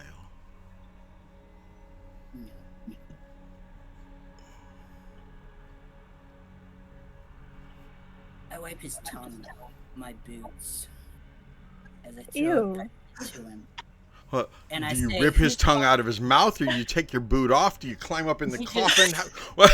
He pulls Climb up in the coffin and squat down. I've been like very hateful about this for a while, but he basically rips it out, Ew. throws it back in, and says, "Who's polishing whose boots now, bitch?" Belvar's Gwen gonna- just reaches over and closes his eyes again. Okay. Belvar's gonna examine the jewelry that fell before Shave of Mordenkainen and him. See if any of them are possibly magical. None of them are magical, but my God, are they Expensive? valuable? Belabar, these are valuable freaking items. Holy shit. Take what you want, Belavar. Just leave the necklace that actually does belong to her father. Do you know her father? I did once upon a time. Belvar will hand it to Mordenkainen. Then it might be best if you deliver it to wherever it needs to go. If we survive the rest of this adventure, I plan on doing that. And he drops the wall of force and just the ash just flows everywhere. That bitch, however, you can take whatever the fuck you want. Well, Belvar's gonna.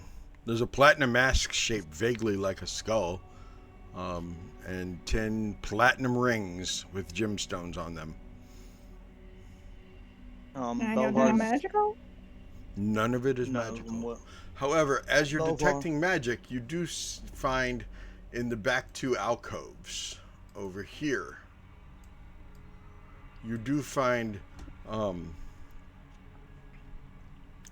was it? Conjuration magic. But the center alcove, nothing. That's why when you rode the lightning, little Alicia, and you rode into the center one, that was a good choice. Oh.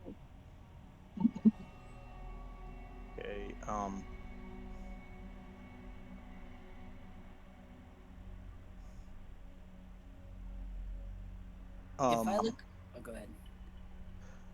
Like, I'm just gonna say Belvar's just gonna gather all the jewelry right now to distribute later on. After, besides the necklace, went to Mordenkainen. Everything else he's just gonna gather to distribute as we come to a chance to. When we come to a chance to distribute it and such. Then he's gonna point out, it's like there's magic in those 2 alcoves.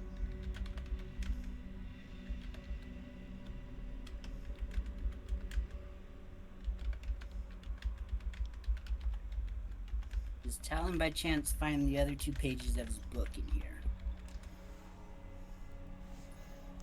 No, he does not.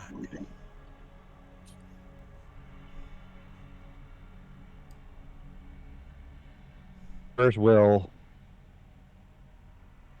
pull out Trina's eyes and hand them over to Alan. He's showed you the way before, yes? They.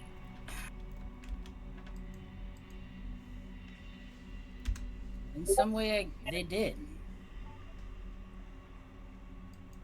And he'll attempt to do the same thing again, even though he's pretty sure without all his magical abilities, he's shooting on a hope. But he'll look through the eyes and spin around.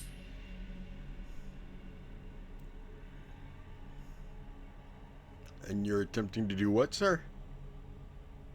What was it? With Baba Yaga's eyes, they led the path to the...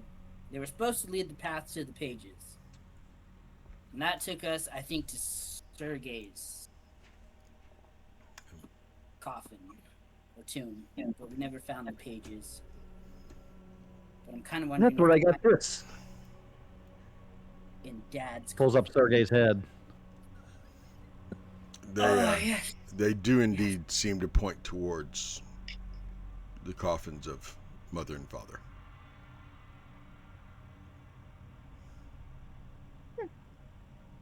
Talon will make his way that way. He's pretty certain right now we're safe, as he tells Kurz that he's going to look at the father and then apologize to his mother.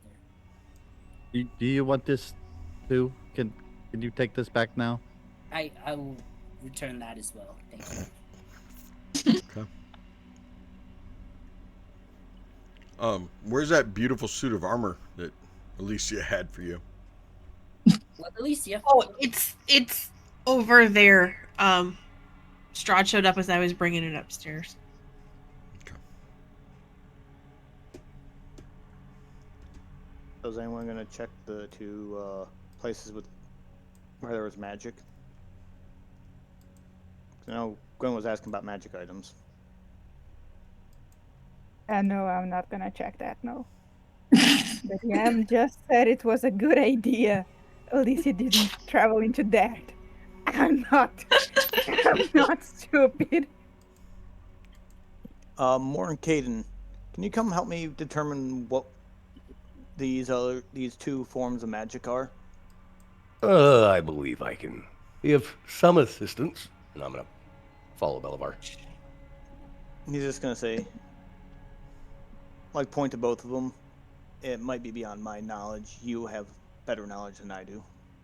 Are you sure about that? I am mad. I am I'm gonna see fairly what I can sure. do. What is the look on Alicia's face right now?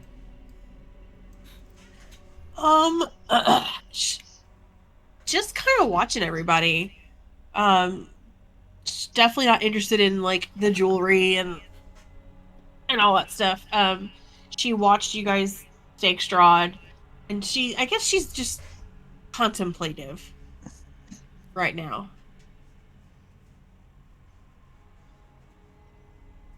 Something's on your mind. We're not done, are we? I don't think we can be done. This is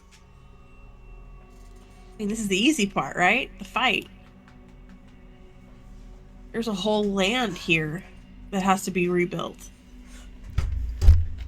There's still monsters hurting people. There's still a big monster coming. I'm glad. It's interesting. I'm not really glad that he's dead. Because that doesn't solve anything.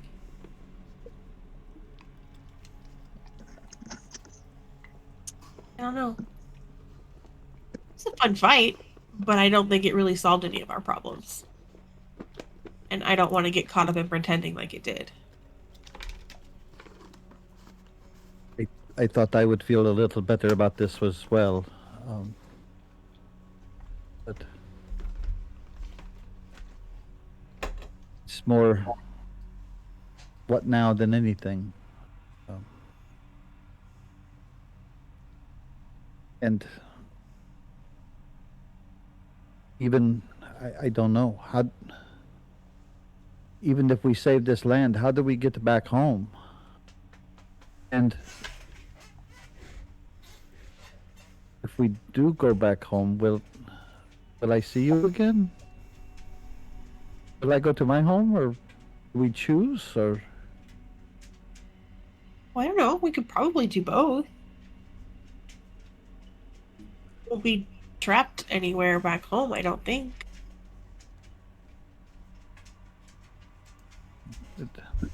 I want to see you when we go home. I have no need to go home. I mean, don't really want to stay here, but part of me was hoping I could go with you. Well, yeah. Of course. My mom will make us some really good food to celebrate not being here anymore.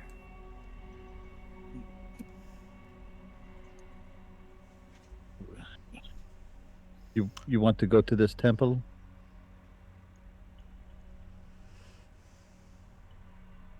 Yeah, I mean, Sure Talon does, I'm sure. yeah, I mean, the way Talon talks, we kind of have to. But I mean, that's kind of an easy part too, right? I know how to get out of the castle because they told me. Even if we get lost, we just have to follow the star. And Talon knows the way to the Amber Temple.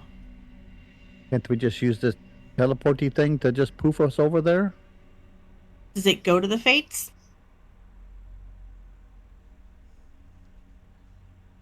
I don't know. I thought one of them did. Oh, I don't know.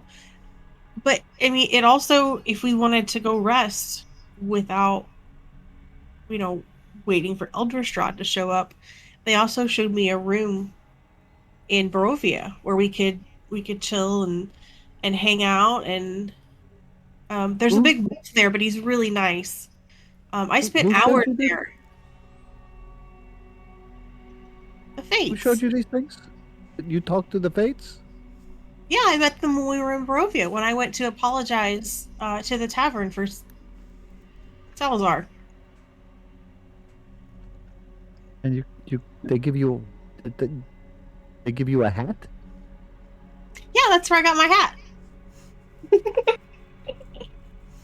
That was, I think it was a Linkus hat. It wasn't Mirabelle. It was either Alenka or Sorvia, and they might be mad that I'm mixing them up, so I'll have to apologize for that too. But,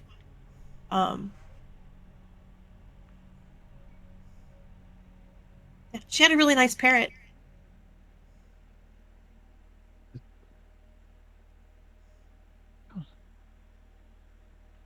You are not gone very long. Well, no, that's what I was saying. This room is great because you can go in there and there's tea and there's books and rocking chairs and the wolf just sleeps like at your feet. Ooh. And time just stretches. I got extra time there. I sat and read and studied for hours. But they told me that that it would only be minutes for you when you were waiting on me. You kind of lost me a little bit when you said rocking chairs. Well, your tail's not sore. I think you'll be okay. Sheva, as you see Talon walking out of the coffin room, going towards towards Strahd's father's tomb, do you or Gwendolyn, do you follow behind Talon, the most warlocky paladin to ever exist, who's only been a paladin for like 3 days now? If that much. A week at most. Yeah. Oath of fuckery is powerful, motherfuckers. So you guys follow to the father's tomb. Yeah, Sheva kind of keeps an eye, keeps looking at Strahd as they walk away, though, until keeps kind of turning and looking back until it's out of sight. Okay. Right after you guys walk through the red squares, I mean, like right after you feel them, you like feel behind you the dispel wear off, and you know now that the teleportation will teleport you to a tomb somewhere up north. Well, Good to For real. know. Yeah. So Talon, you, the coffin on the right. Yes, it's a stone coffin, but everything inside of it, the remains of mommy, is burnt up. The father's coffin is still closed. Yeah, Talon will definitely stop at the mother's first. Apologize firstly for, torching her remains. And then apologize again because he has absolutely no idea how to even free her son. At all. And then kind of go to the father's coffin and ask Shiva if they would help him. Come here. Slide Yeah. it open. Yeah, I gotcha. And Shiv kind of. She's probably just like, Shiv just picks it up and like puts it down, leaning against the wall. Yeah, I mean, I'm not gonna make you guys roll for it. You're able to lift the lid, no problem. Inside the coffin, you see a beautifully sculpted. Hello. A beautifully sculpted, life-sized wax effigy of King Barov.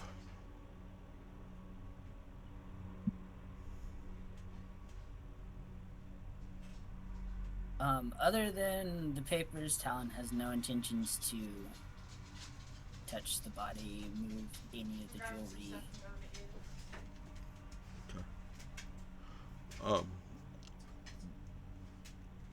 Give me an investigation roll.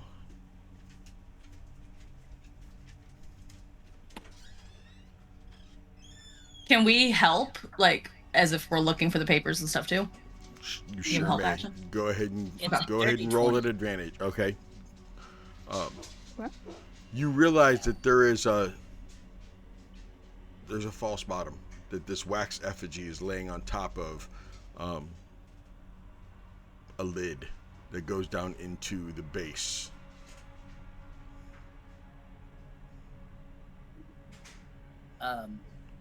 He will ask them to help him carefully move him up, not to break him or anything. You were able to lift up the body carefully. Why don't you guys just go ahead and give me well, it's 8 o'clock. Let's take a break real quick. Go get some hydration, and I'll go let a dog inside real quick and go to the bathroom myself. And then when we come back, we'll get to what Mordenkainen and Belivar are doing, and maybe go back to the Lovebirds. And we'll talk about you guys lifting this wax figure and looking underneath it and see what happens next. Because Strahd is laying in his coffin with a stake in his chest. But the sands in the hourglass just keep falling. We'll be back in just a few moments, everybody.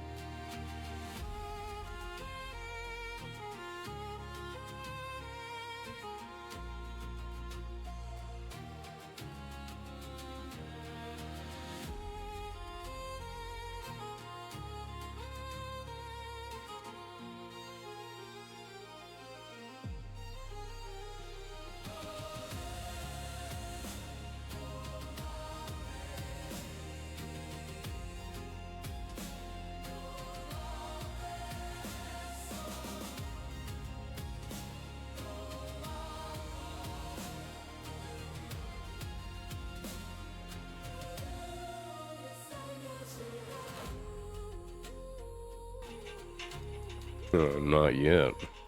What's up, Sunday? We back from outer space. Still got that sad look on my face. They beat Strahd. Oh, don't be so sad, you beautiful bastard. There he lays in his coffin, stake in his chest.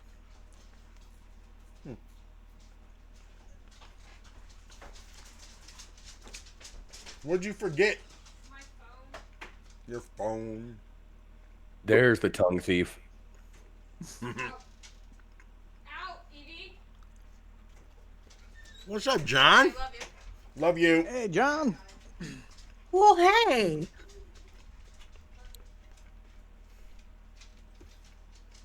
Now, what we need to do. They beat You know, Strahd, that, John. you know what we need to do? We need to have that little coffin march. Dun, dun, dun, dun. With the casket out. Casket with Strahd right out the castle. As we do that, I'll just throw a fireball in there, and the castle's gonna crumble, and we just yell fireball. Do do do do do do. Never mind. I'm done. That's. We that's are it. unhinged. Okay. Oh, man.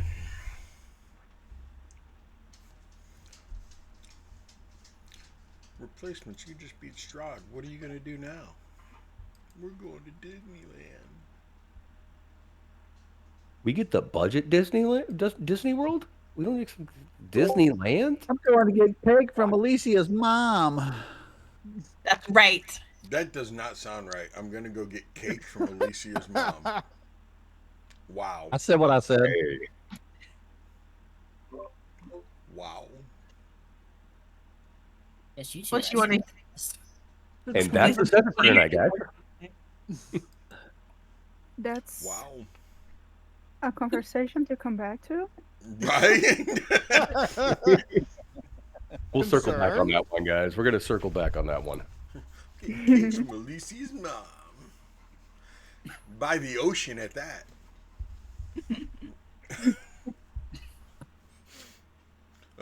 Oh, Johnny says we having that conversation right now. Oh, Why are you a cop? If you insist. Right? You are not our real mom, Johnny.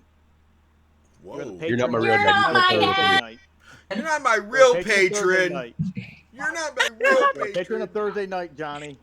You're We're welcome. Thursday's patron. Go to your And room. your and Thursday think about what patron, you you just are did. not a necromancer. It's like I'm not mad. I'm just disappointed.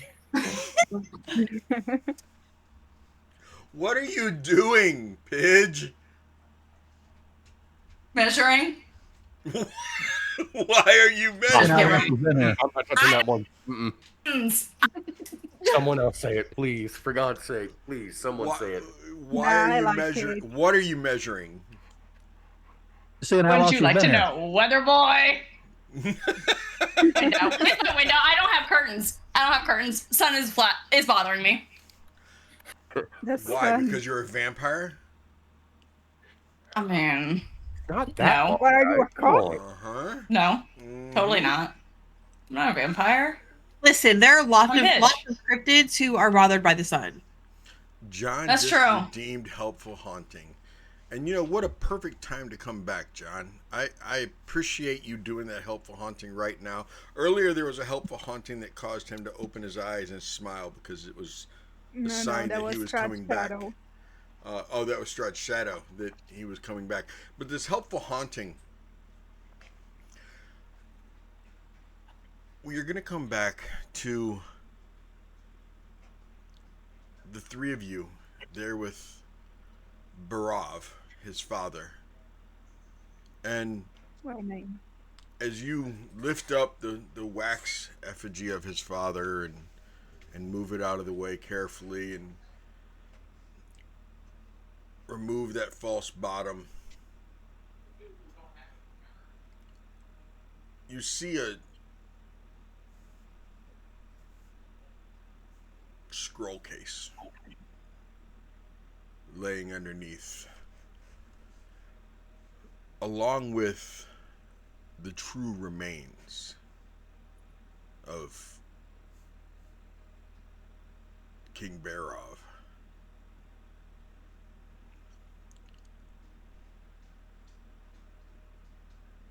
And from behind you,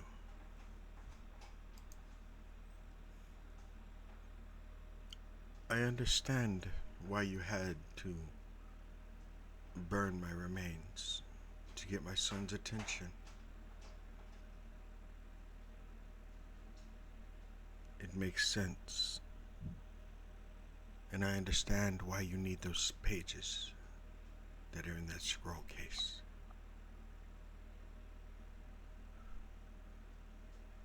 But I need you to truly set my son free.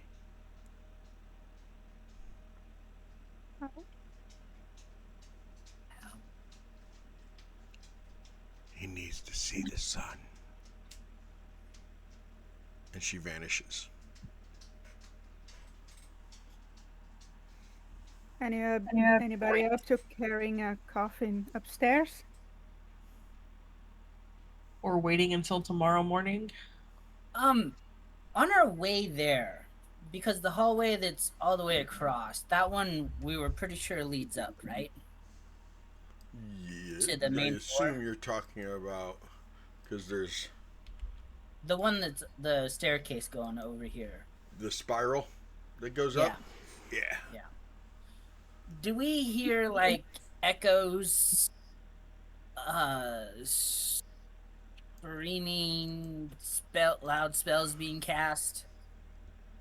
You mean like a castle's being sacked? Yeah, kind of.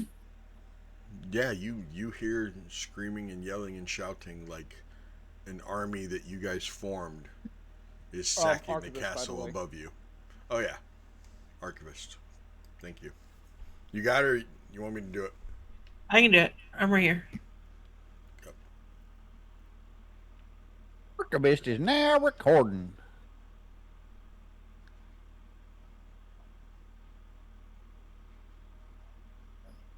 Thinking. Archivist is now recording. There you go. Thank you.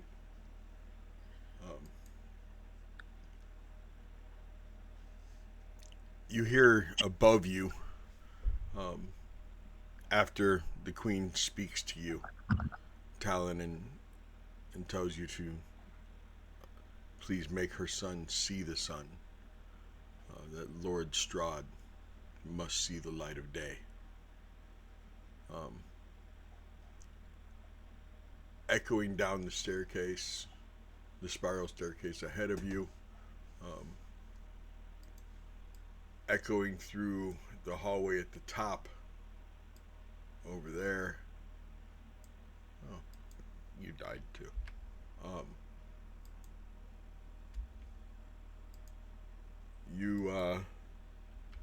You hear clanging of metal, you hear shouting, you hear cheering.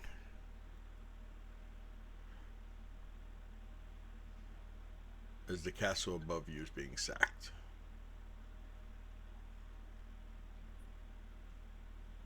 Question. Yes, ma'am. What if either me or Alicia, doesn't really matter, just cast daylight on top of the coffin? What if? Didn't you guys? I mean, let me go try it out. Bye, guys. Before we have to lug the coffin out. Bye. Mm-hmm. Well, and Alicia would argue that he was already outside in Barovia. Yeah, but it's not really sunlight, is it? Well, that's my point. He kept his shadow Yeah, over right. him. Or But clouds. still, I have some third level spells. Why not? Do we have a rough idea of what time it is in the day? Belva It would is- definitely know. It is definitely in the afternoon right now. Oh. So I cast daylight straight up on top of the coffin. It is a 60-foot radius sphere, Yeah, I'm so reading it right now. I'm pretty sure it gets the coffin. Cast it in the coffin. Right? Just on top of some. Open, I think, Mhm. unless somebody closed it. Yeah, I it's still closed his open. eyes? Yeah. Oh, let me open his eyes just so to make sure. Here comes the sun. That's his eyelids off. Walking on sunshine. Hi, sorry, your mom said you needed to see the sunlight, so Your mom Your mom it's time to said go go out outside and play. You need some sunlight. Wow. Inside too. God, Y'all are so come out fucked and up. play. You know, But the only video game is go outside. we could have just said, your mom said all sorry, your let's this go fetch, humor thing is because you're lacking vitamin D. So we could have gone with, let's go grab the artificer to build us a nuke to show him the sun. I mean, he can't resurrect if there's no body to come back to. I mean, there's some spells that can do that. Mommy said that you're missing some vitamin D. Are you going to be giving him the D? Not like that. God, you're Um, gross. What an ass. Wow. Damn. Um, Kelly. thank you very much, Thanks, Nene. Nene. I appreciate that. Oh. You know, you cast There's a link daylight from the mail. and you see that it affects him, but it affects him the same way artificial daylight affects plants and suntan booths. Has to be sunbeam. Oh, am still concentrating on Sunbeam unless the time has passed. And see for how long it stays up. I think Sunbeam's 1 minute, which I think it's definitely been Yeah, over. after a minute. So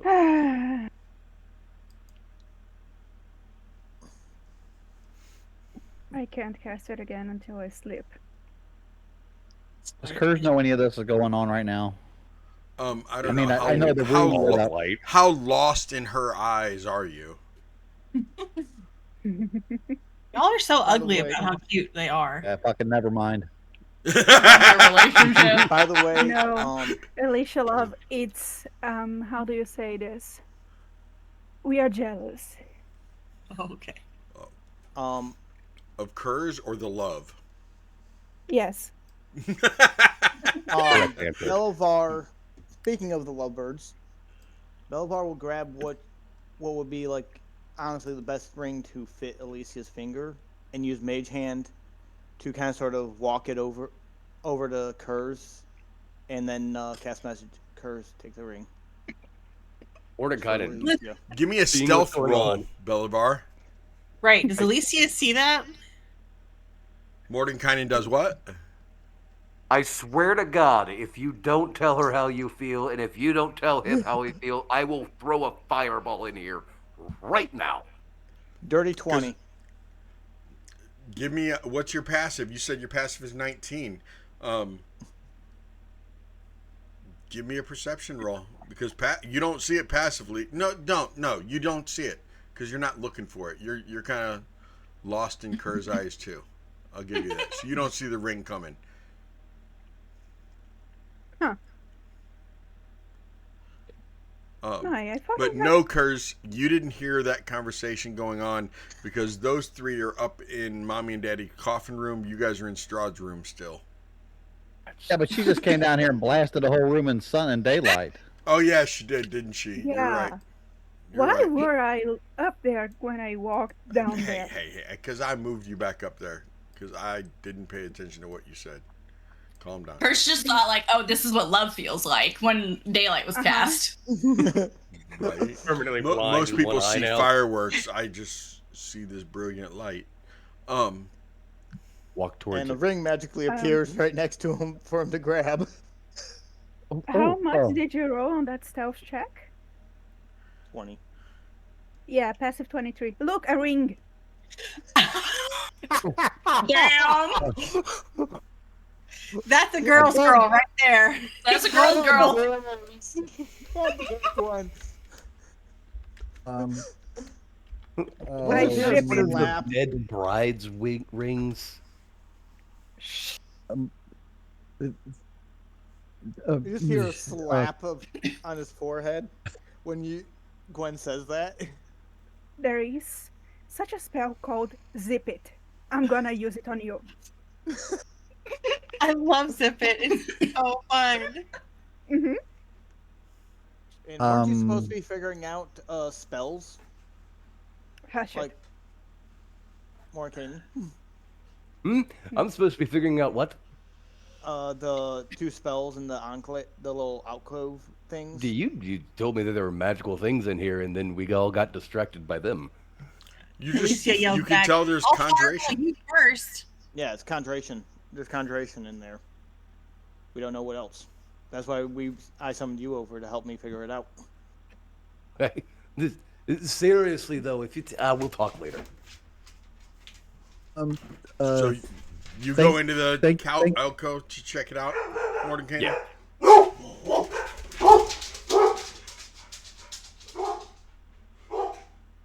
I killed Morgan by accident. Mordenkainen, as you walk into the alcove, you vanish. Oh, how nice. You know what? I always wanted to. Oops. Ah, poop.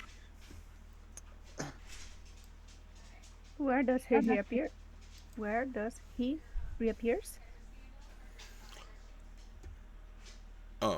Mordenkainen, you find yourself inside a catacomb.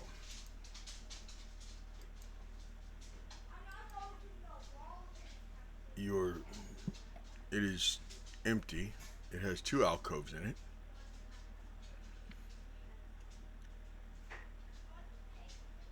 You were already detecting magic, and both of these alcoves radiate very strong conjuration magic. You are in the western alcove of the 2 alcoves, and you come out, and written above them it says, in common, pass not these portals, you foolish mortals.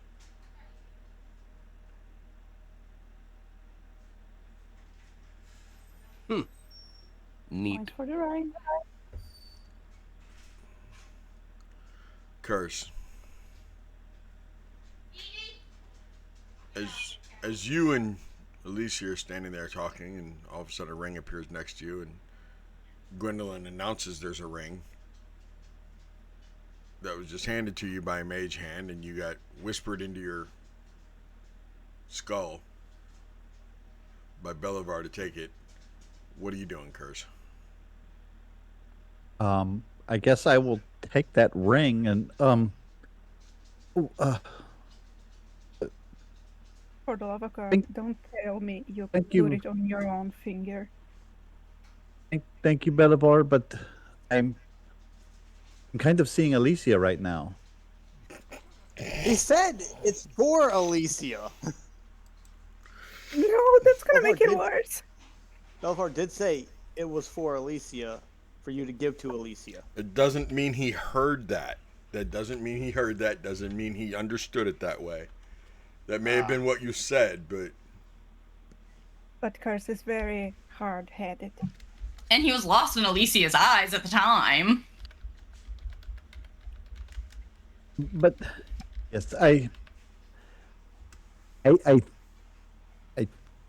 think I get your meaning, but I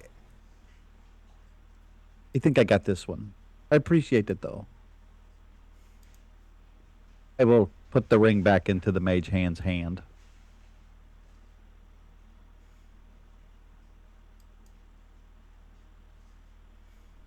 We'll look at Elise. Mage Hand will come back to him. It's crazy, right? That was a little. Yeah, that And you- was. I mean, we're already planning on going back to my parents anyway. I don't think it's like, Plus, we are standing next to a dead vampire. Right? Yeah, it's like it's not that they don't want to take that step sometime, but that's like a big step right now, like right here in this place. Yeah, that's. Not that I don't want to. I just don't want to do that here. Yeah, right. Yeah, this is. Maybe you meet my parents first. I would like that more than yes. I think there should be some sort of protocol. Yeah, because like you don't really want to just like trauma bond like that. You need to make sure it's real. You, I'm gonna you don't play think it. this is real? Well, I mean, of course it is. But like a proposal in a tomb is a little rushed. It's a little creepy. And I will grab Her's hands. I'll look over and I'll notice Mordenkainen is gone now. But I do like seeing people happy though. And I'll pull him in and hug him and I'll give him a kiss. Thank you for not proposing to me next to a dead body. I'm happy to not do it.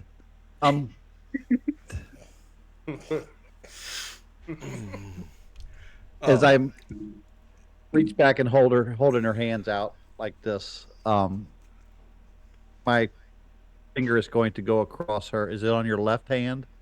Yeah, it's on like right here. Just kind of feel around on that. Has this always been here? No. No, hang on, I gotta remember the name. I gotta remember who it was. No, Mirabelle gave that to me when I was talking with the Fates in Barovia. That was one of her gifts. You get the hat and a mark. And a room and how to talk to the mists and how to leave the castle.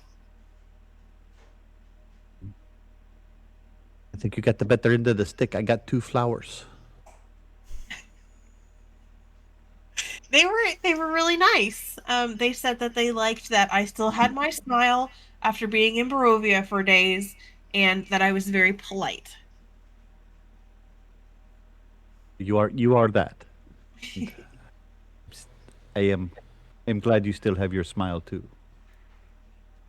They said that. I'll look around, make sure nobody's like listening. They said that this was a way home. Good for you. Yes, that's wonderful for you. You have to I draw me a assume map. you are whispering, right? Yeah, no, that was said to nobody else but Curse. Okay. Gwendolyn is the only one close enough. Gwendolyn, if you want to try to have heard it, we can do the stealth and perception. Otherwise, keep concentrating on the coffin and beautiful Strahd and how you're going to get rid of them.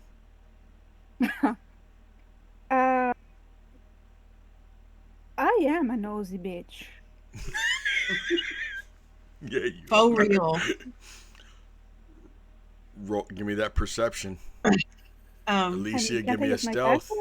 And yeah. Alicia, you can take your passive, but Alicia, you get advantage because you two are like real close, holding each other, hugging each other, whispering probably into each other's ears face to face. I mean, I'll give you advantage on the stealth roll, Alicia. What's your passive there?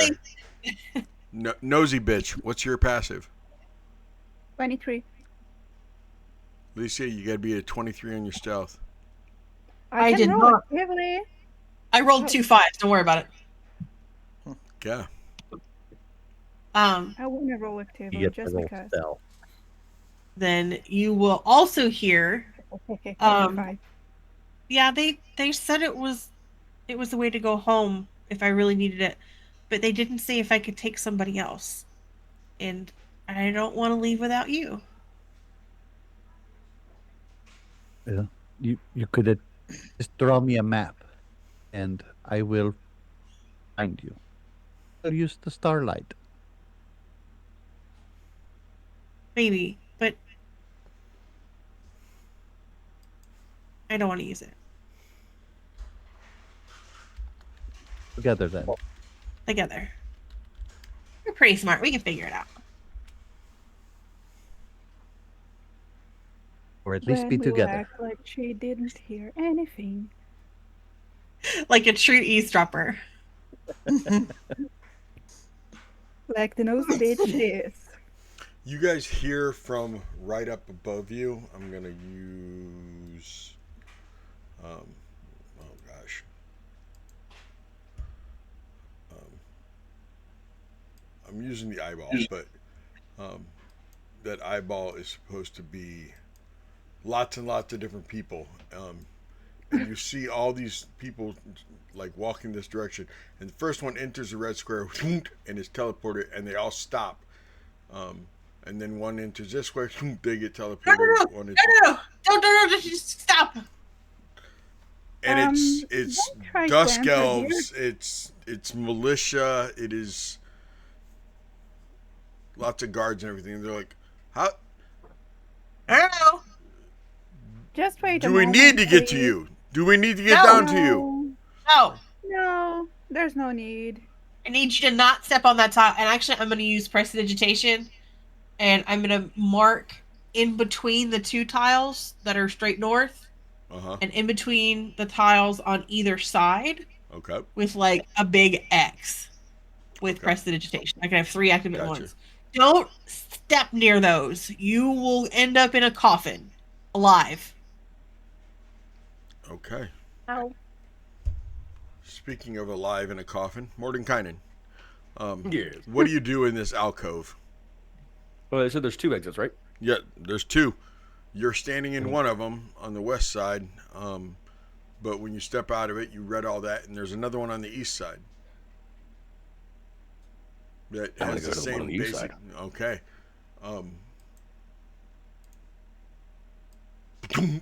You will basically appear. I think it's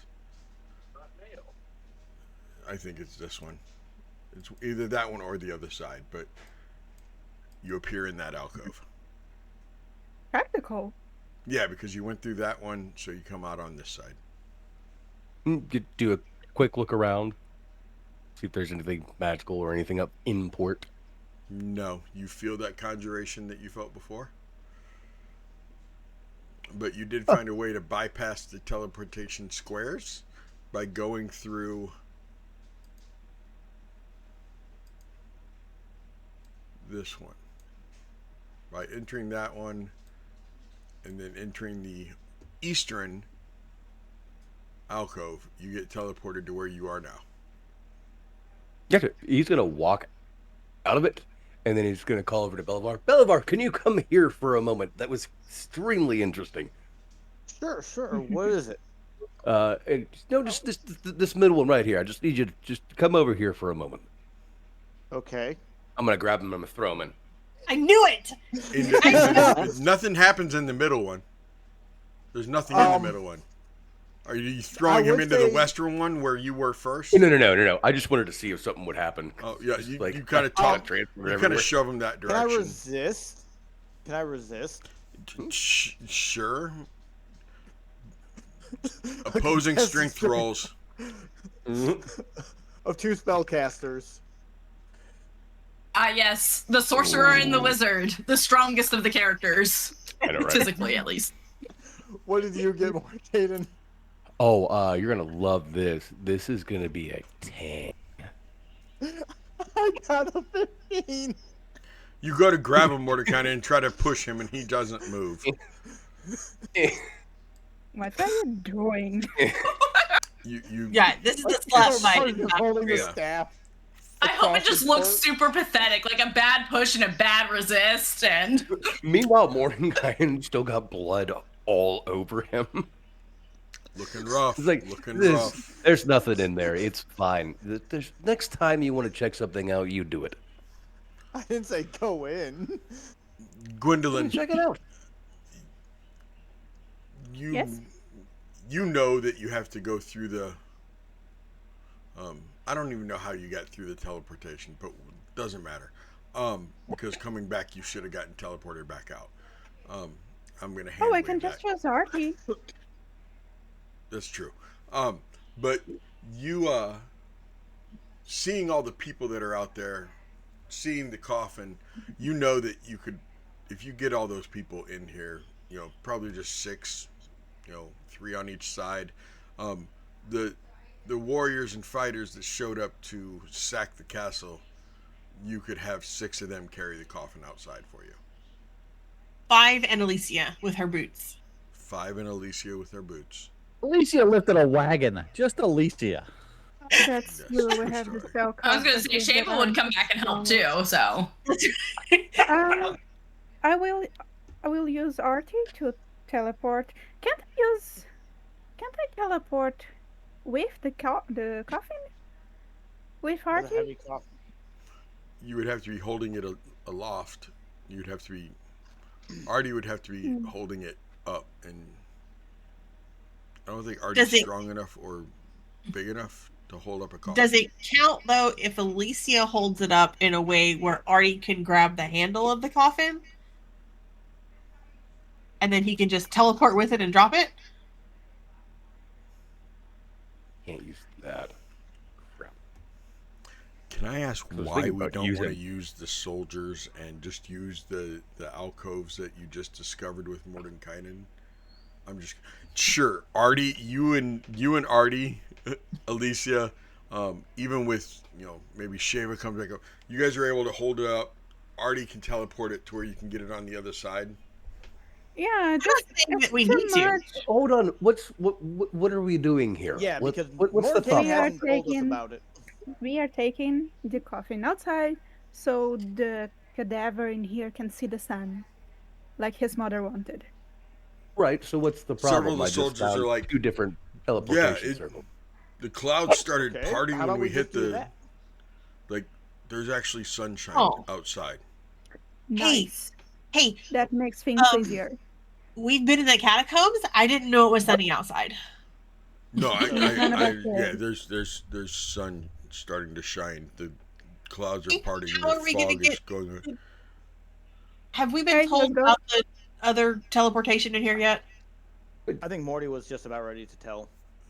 Yeah, hold on. No, Bellevard, no, you're actually going to love this. And I'm going to grab him and I'm going to pull him with me into the transportation.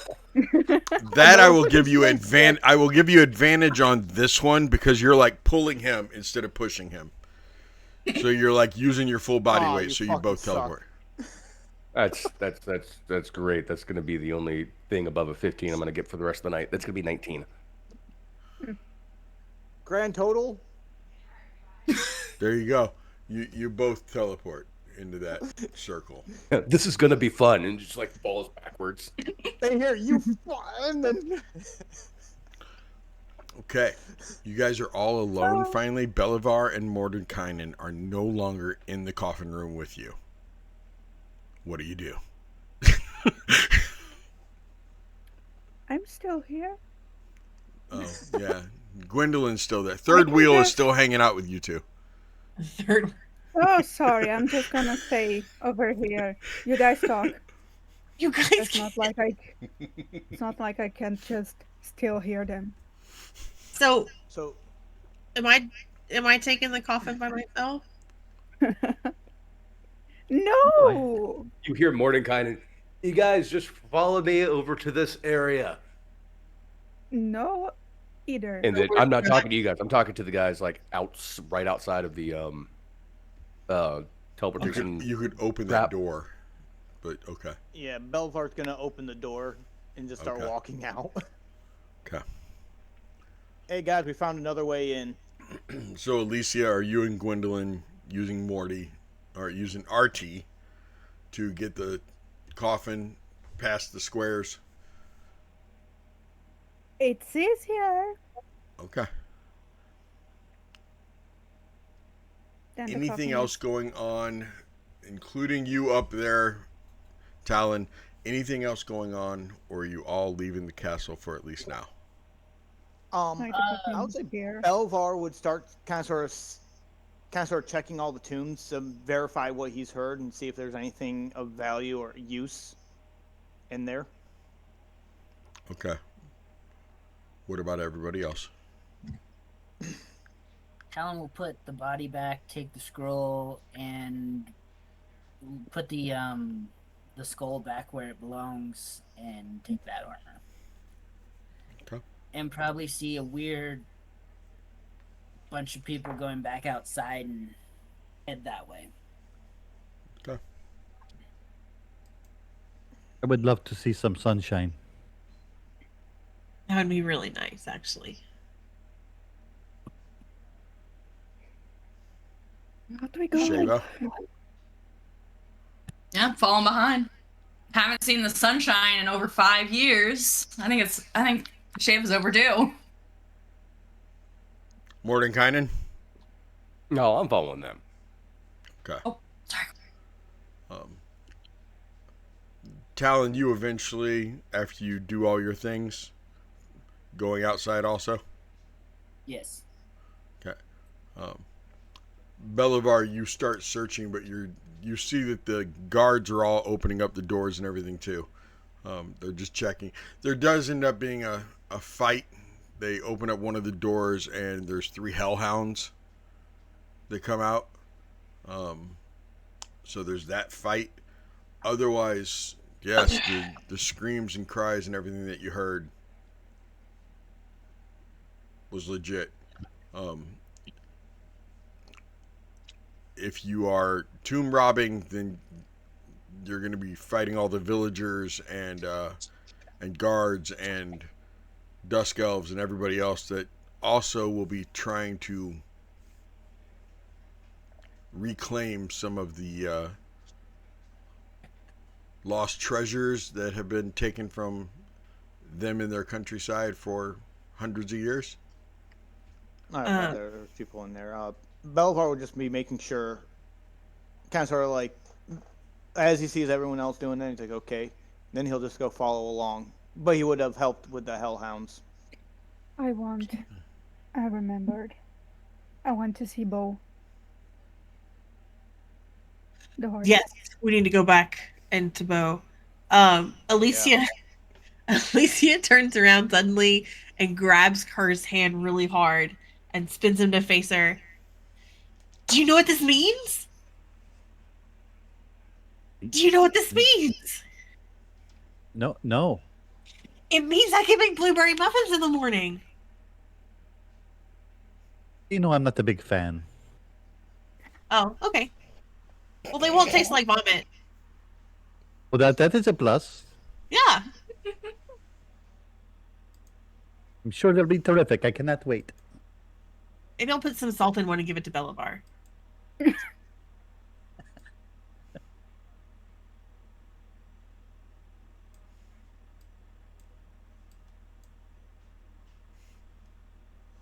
didn't do all this just so you can make blueberry muffins, though, right? I mean, it sort of helps, right?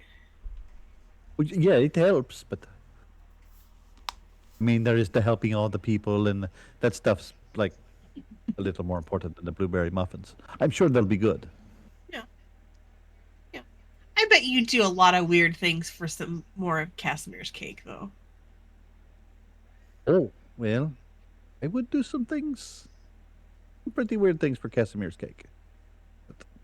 I bet he'll Still make like us a your- cake now. We should get that celebration cake. Yeah.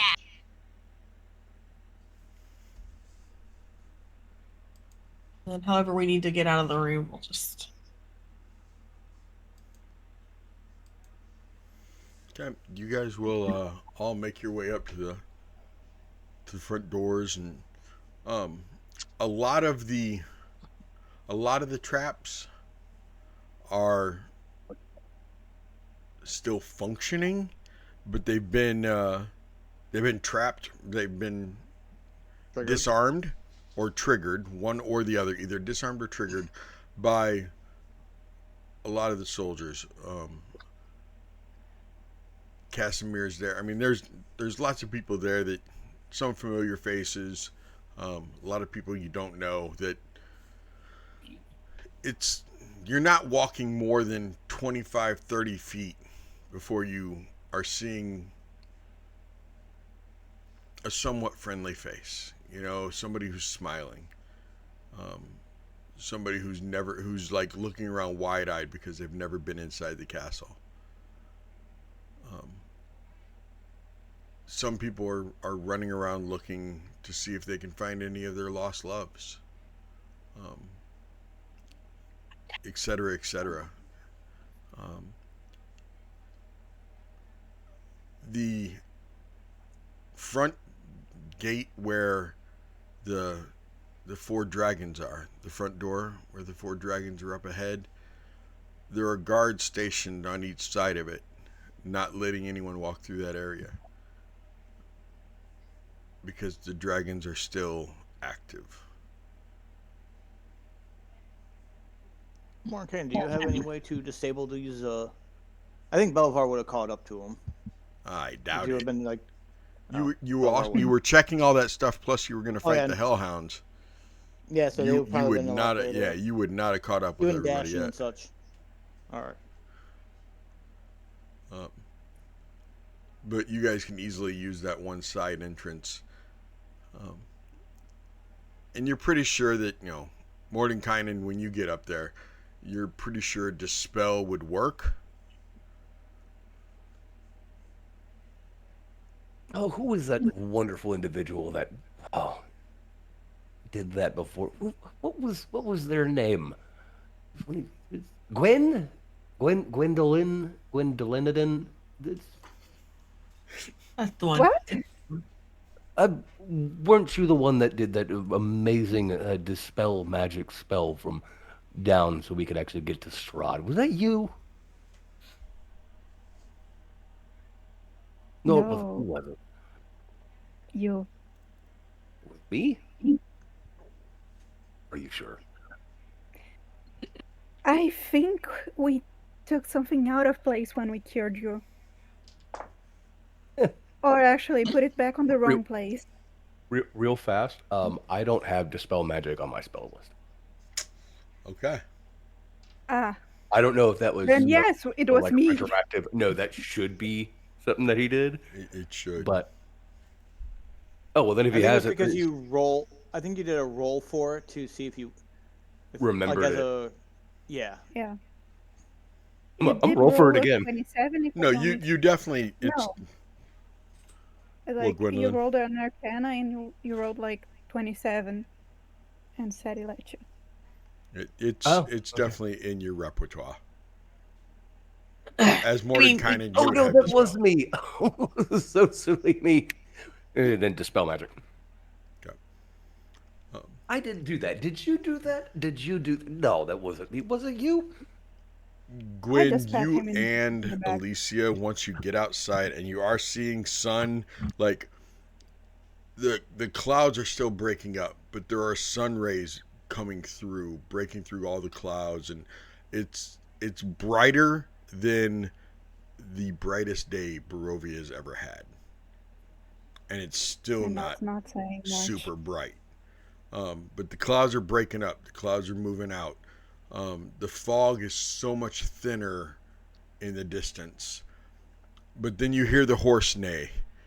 And you guys are able to get over there. And you see that several guards and dusk elves are surrounding the nightmare.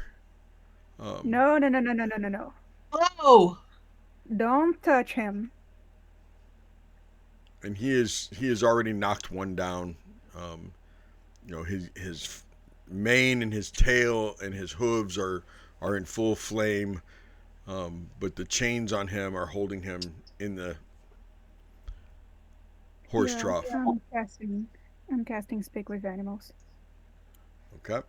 I will also, actually. I want to just understand the conversation. Okay. Bible. We killed Strahd.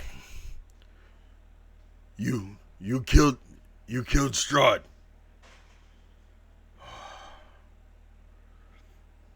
Good. Then I guess if they need to kill me, they can. Let's try something else first. Let's see if something else can help. Oh yes, I still have. My wings were ripped off. What else could help me? Wanna do the honors or can I?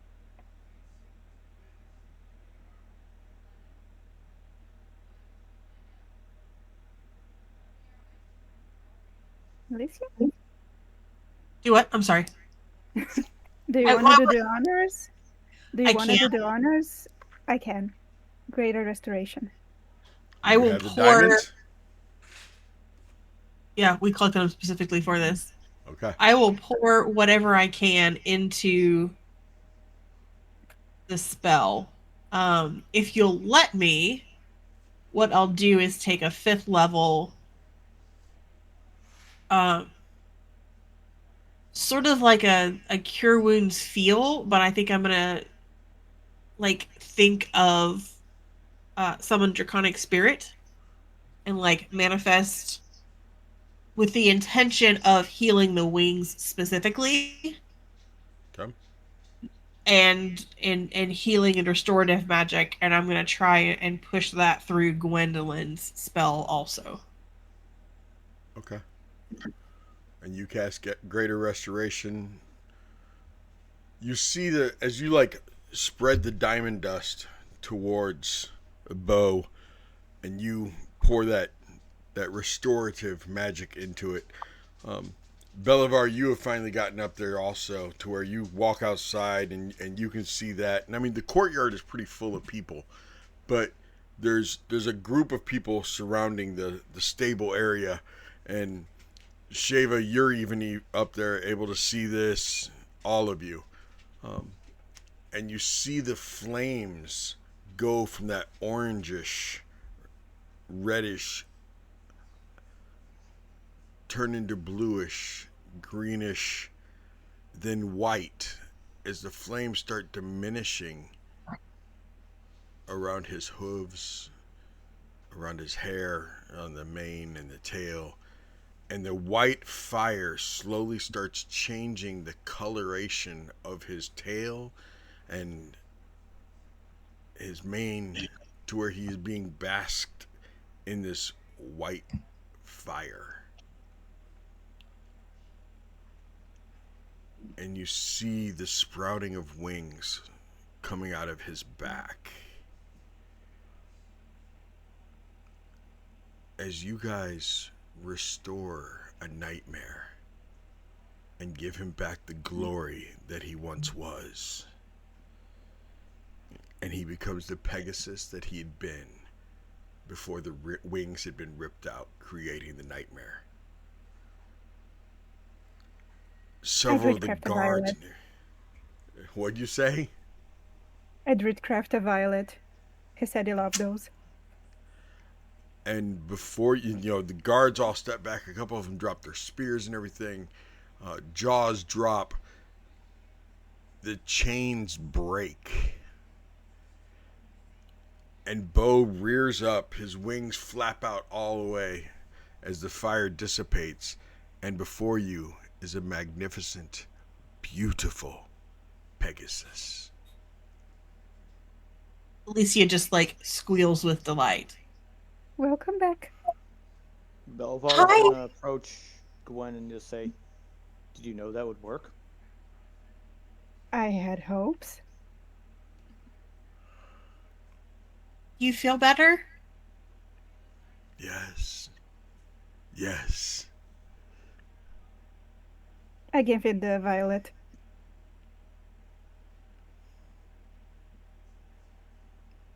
He slowly like sniffs the violet as you're handing it to him, and he takes it in his mouth, just holding it gently and delicately, sniffing it through his nostrils. and then kind of snaps, kind of tilts his head up real quick so it falls into his mouth and he eats it. That I have missed that taste. I'm flying home to the Fey realm. Does anybody need a ride?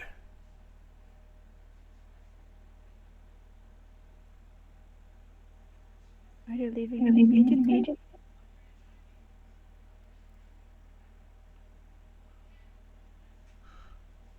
I don't want to be here for When what it- happens next.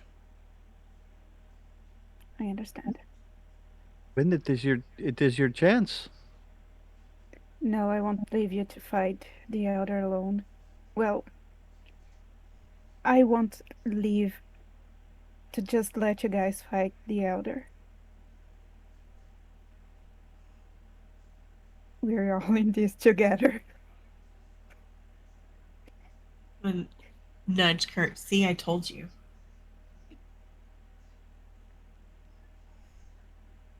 But I do hug Bo's neck. And scratch behind his And ears. he kind of nuzzles you. Thank you, Gwendolyn. You're welcome. If you ever end up in the Feywild, call my name. I'll come to you. Eventually I'll be there. I can live for thousands of years. The world is only so big. I will try to live long enough for that.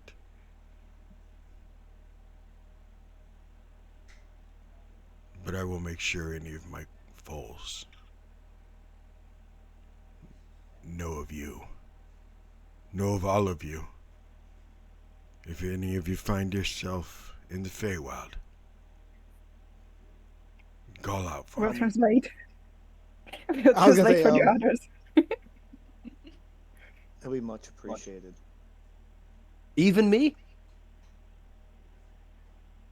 No, not you.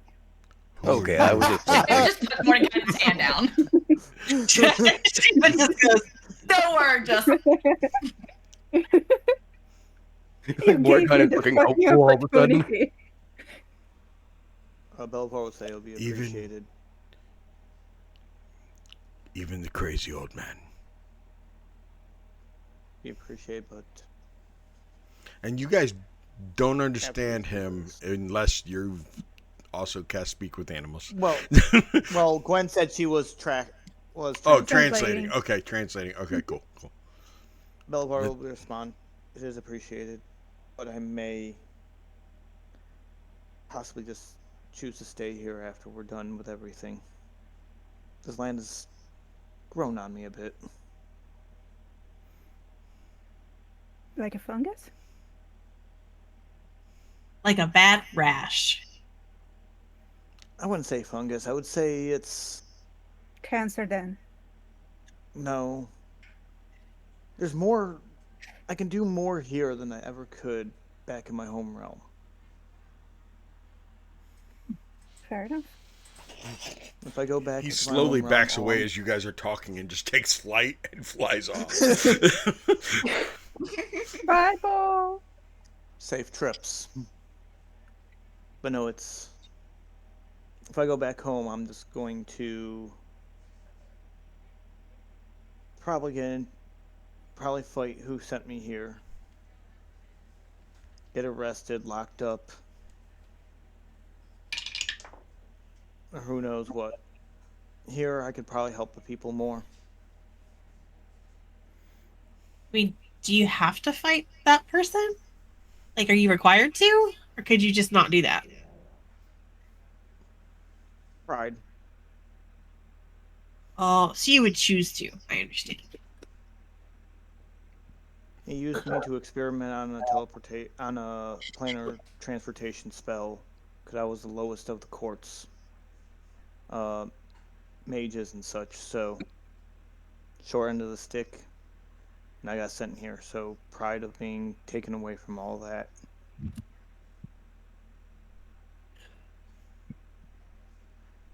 Shava. Like I said, Continue, I'm sorry.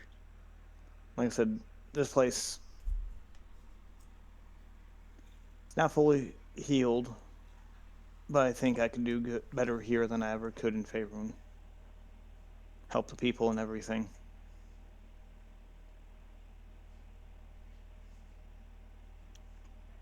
Shava. You feel warmth on your back. Mhm. A warmth you haven't felt for 5 years.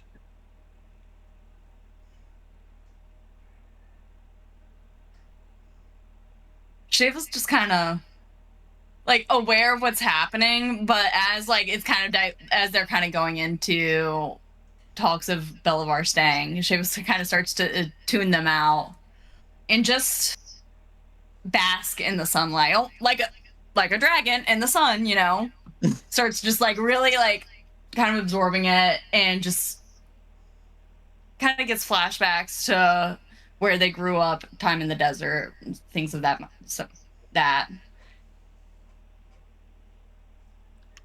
The rest of you. Actually, let me roll for that too. Talon. As the rest of you are kind of, doing whatever you're doing in this sunlight, watching Bo fly off, having the conversation about staying, going, should I stay now or should I stay or should I go now? Trying to decide during a clash that, no, was it forced? Well, I was gonna say it if you didn't. Talon, something like shines in your eyes, and you look over and you see sun reflecting off of the scales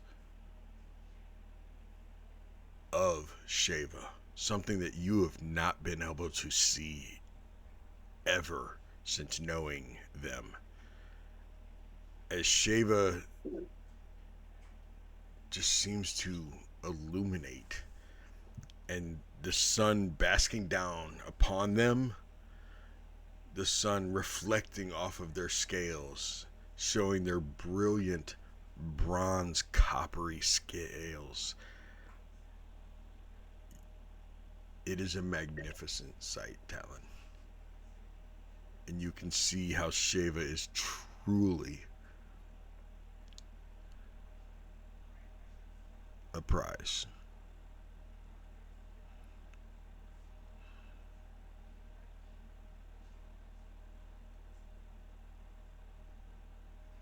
I don't think he would do anything except stay out of her way right now. Their way. Their way, thank you. 5 years and they finally see the light. Everybody else, he's pretty sure that everybody else is going to be far too busy to even think of anything, so he's just gonna let them have their moment right now.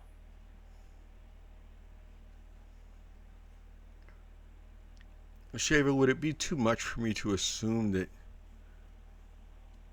you're slowly just kind of standing there, maybe arms stretched out, just slowly turning, not really twirling, but like slowly turning, feeling the sun hit every single scale? Yeah, and as Shiv's kind of twirling, and once they're done, they're gonna kind of just fall back. And I'm hoping there's some grass or something that they're in, but even if they're not, they're just gonna fall back once they're finished. Okay. Are you enjoying the sun, Sheva? More than you could possibly understand. Yes. There was definitely a patch of mossy grass that you found. Yeah. Sheva's just like spread out, almost as if they were going to be making a snow angel, just completely spread, just basking in the sun as it's like starting as the clouds are parting.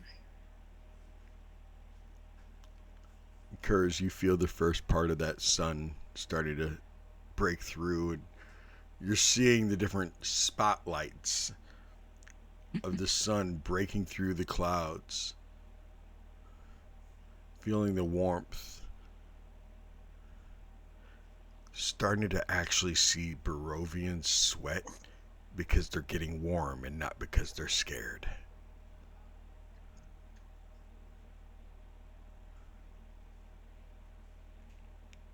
You see Alicia over there with Gwendolyn. You see people smiling, and it looks weird on them, like they've never smiled before, like they've never really had a reason to smile, and their face isn't used to this weird contortion that it's making. But people look happy.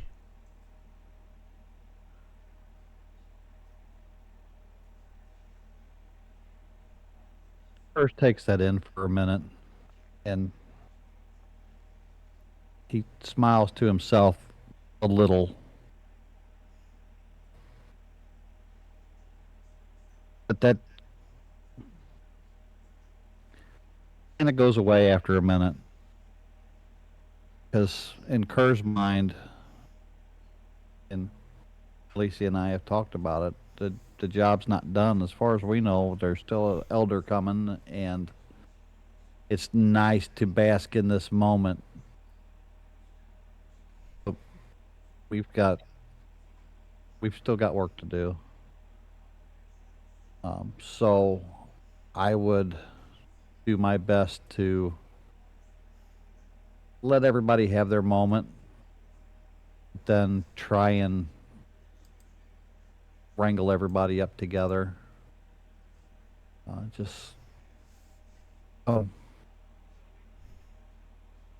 know this feels like a big win, but there is still the matter of the elder coming through.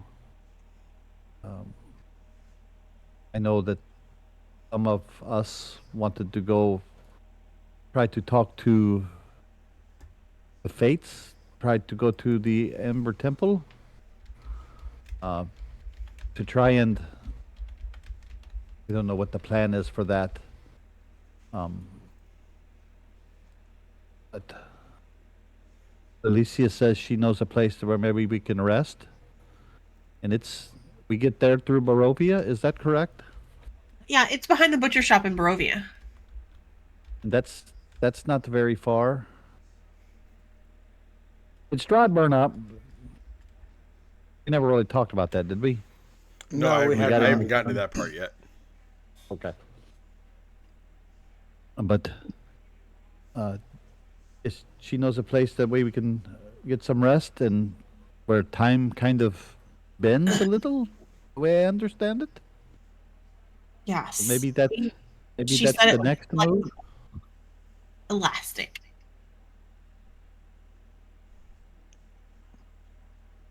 Well, we were told that if we killed Strahd, exactly how much time, correct? After we killed Strahd, how much time until the 24 Elder Strahd hours. showed up? I just wanted to make sure that we were actually told that. We were told 24 hours. Okay, Belvar will say, well, we only do have 24 hours. Less than that, I mean, because I'm going to need some sleep. Yes. Fair. And we have to get there, too. If that's the plan.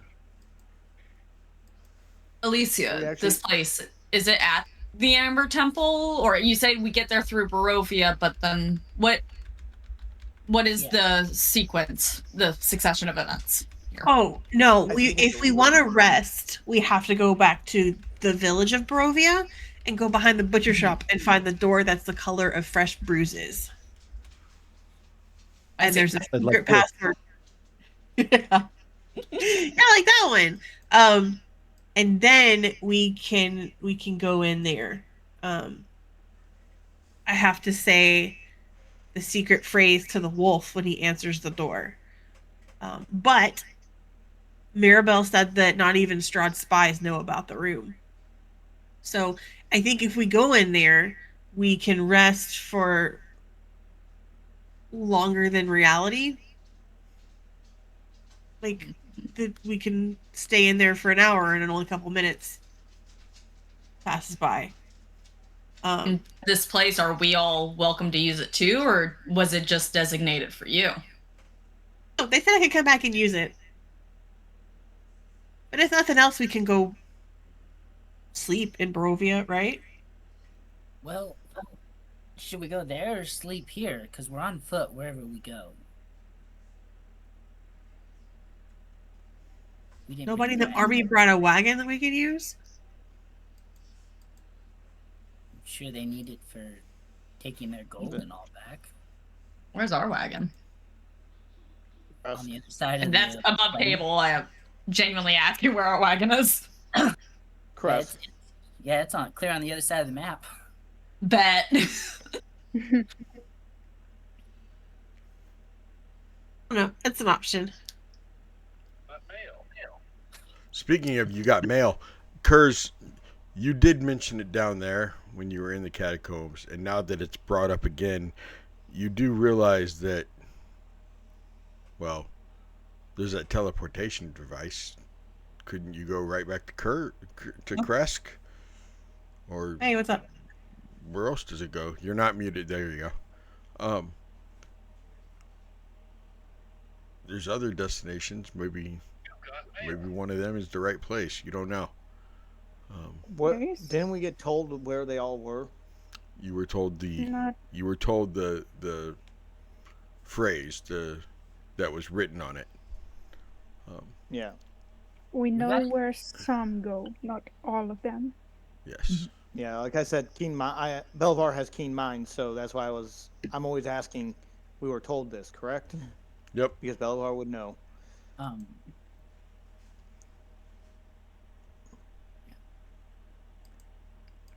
Yes, Belivar, Now, you were told cast a stone into the not told, but you read cast a stone into the fire. Violet leads to the mountain spire. Orange to the castle's peak. Red if lore is what you seek. Green to where the priests abide. The priests. No, it was the saints abide. Indigo to the master's bride. Or no, it was indigo to the.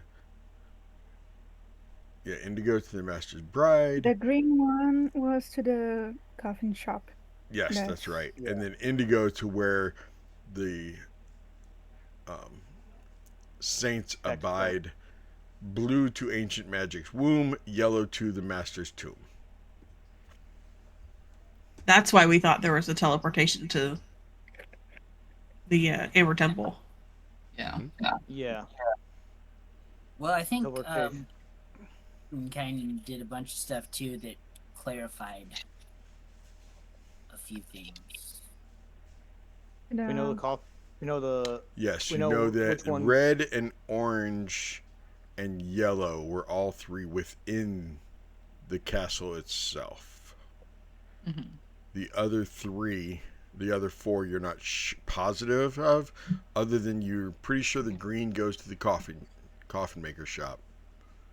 And we know which one that- goes to Crest. Yeah, indigo Yeah, goes to Kresk. So that would And- either be leave blue or violet. Could you Blue please to read- ancient magic's womb, That's the and violet leads to the mountain spire.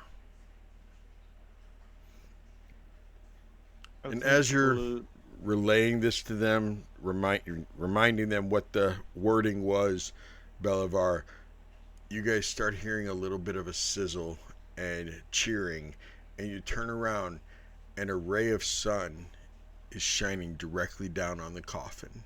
As different, like I was describing earlier, how the breaks in the clouds were allowing light to shine down, and one of those rays is shining directly down on the coffin. And you're seeing the smoke starting to rise up out of the open coffin. And as you guys kind of push and assert your authority to get closer to the coffin, you're able to see the body of Strahd slowly turning to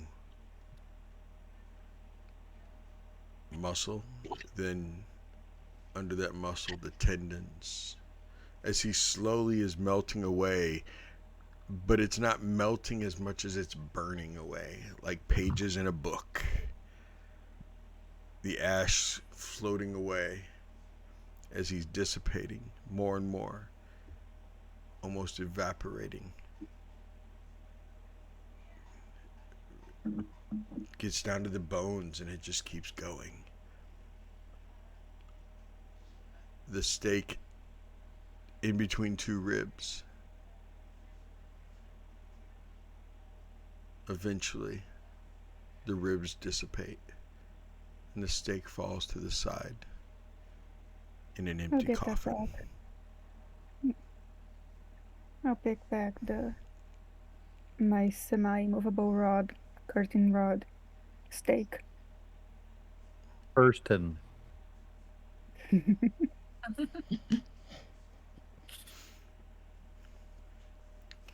And you all know now that Strahd is truly defeated. There's one at least.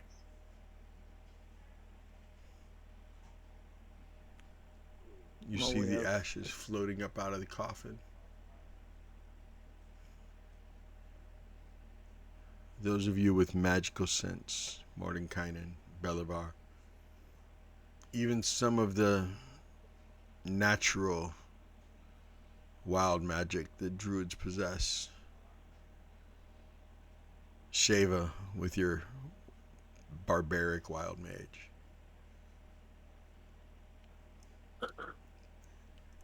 Talon with your divine. Curse, the key itself. You see energy coming up out of that coffin. Slowly rising up. And then as if there's a gush of wind, it all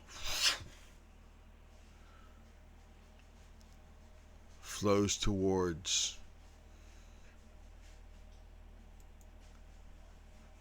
Old Barrow Hill, where there'd been a rift as the witches came through, the hags that you were told about by some of the soldiers and some of the dusk elves that fought. And you know the energy that was in that Strahd that you just killed is now being absorbed by the Elder. Where is Old guys Barrow think- Hill at? Yeah, we need to get there.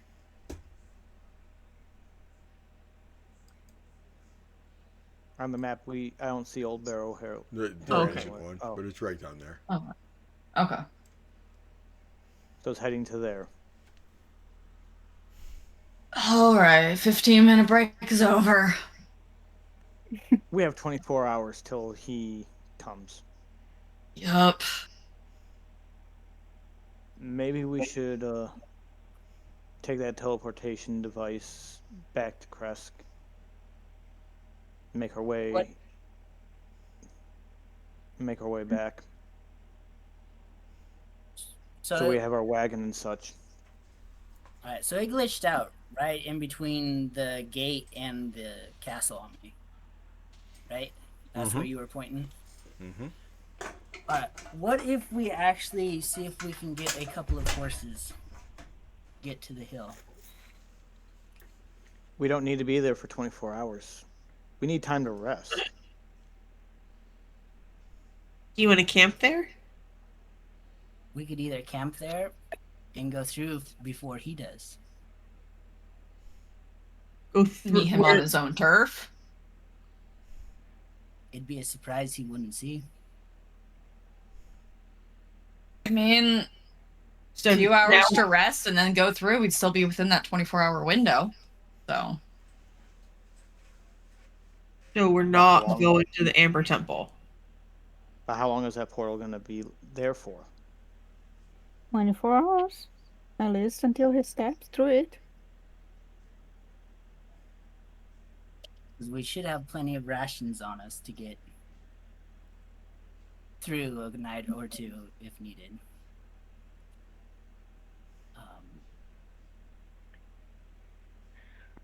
Because I was writing things down.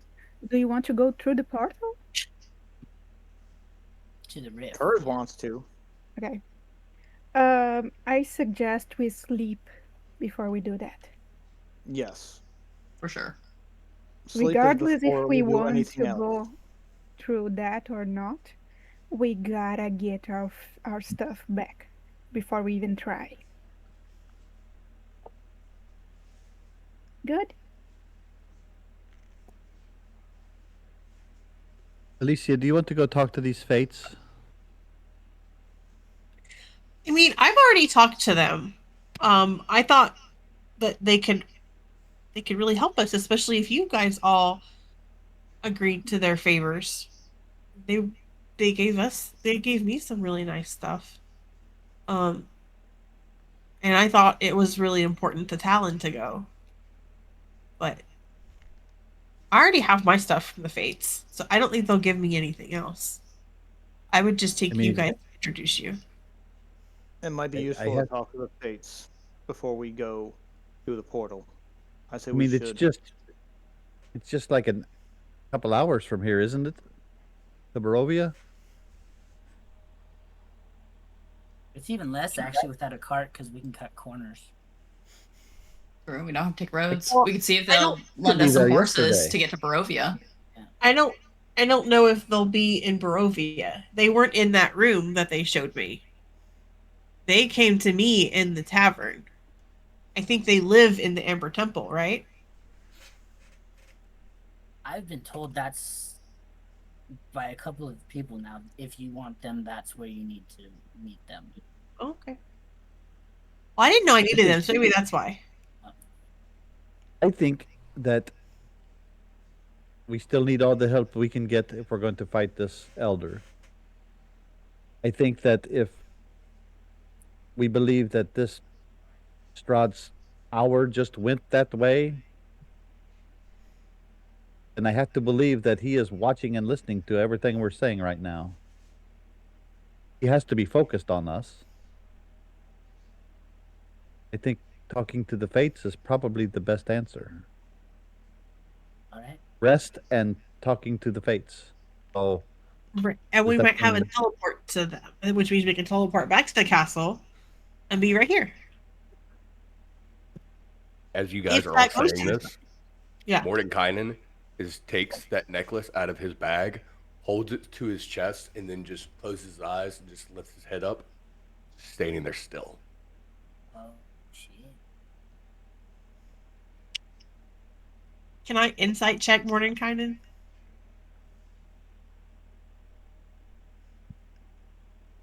What are you looking for? Okay. I kind of just want to make sure he's okay, but I am curious as to like what he's actually doing. Is he attuning to an item? Is he? He did tell us that one was for a daughter. For a father. The father. Her father. Oh yeah. Well, he didn't tell everybody that. Yeah. I just told Belivar that. Mm-hmm. Yeah. Does that mean Belivar's telling everybody now? Okay. Nope. Why not? He's handing out rings willy nilly. Right. Well, he does have all those precious items they picked up, the jewelry and such. So he does want to divvy that up to everyone when there is a chance to. Okay, Alicia, what'd you get on that insight? The insight is a 30. Okay. Nice. Mordenkainen, what is she sensing about you? What is she gleaning? There is now a familial resemblance between that bride and him.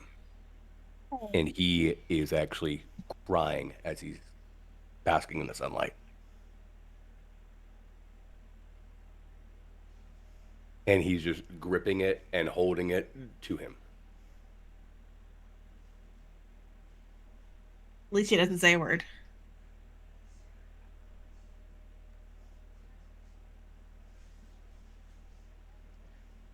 And then he begins to walk off. You will hear a message in your head. Thank you. I'll miss you.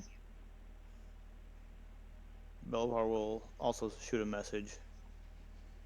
Thank you for helping us and all your magical help with everything else that I could not do.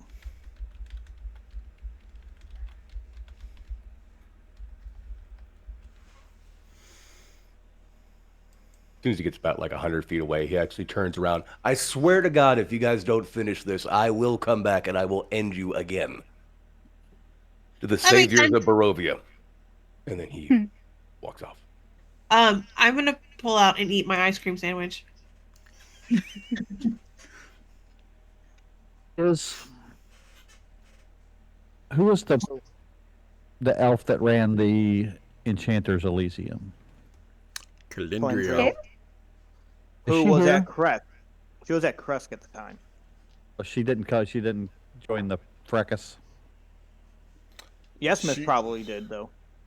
Yeah, Yesmith is definitely here. Calendriel is back at Kresk. Um, I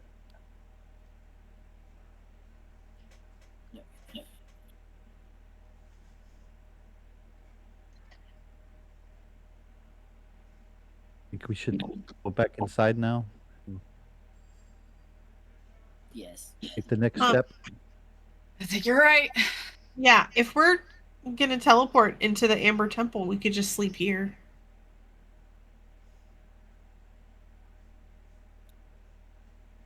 Good news, they should have plenty of food and a very expensive bottle of wine. Yes. But, I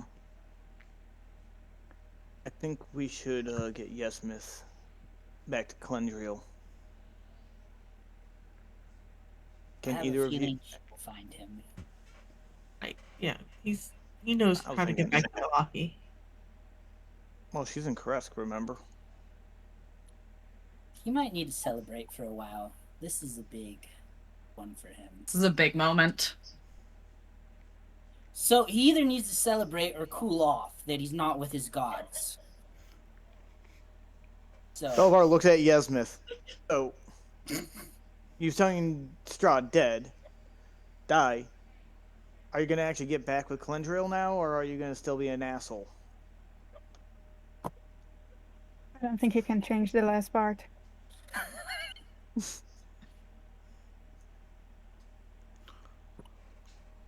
you know, for a fire elf, she's pretty fucking hot.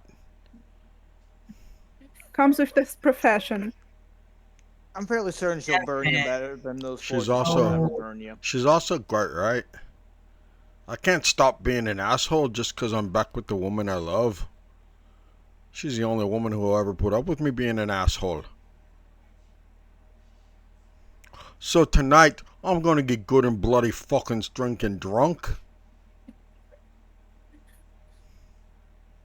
And then somebody's gonna show me how to use this fucking teleportation device that y'all keep talking about. And I'm gonna go see that woman. We'll show you. I want to go and shake Yasmith's hand in the morning, but thank you. And as I shake his hand, I want to pass him 9 gold,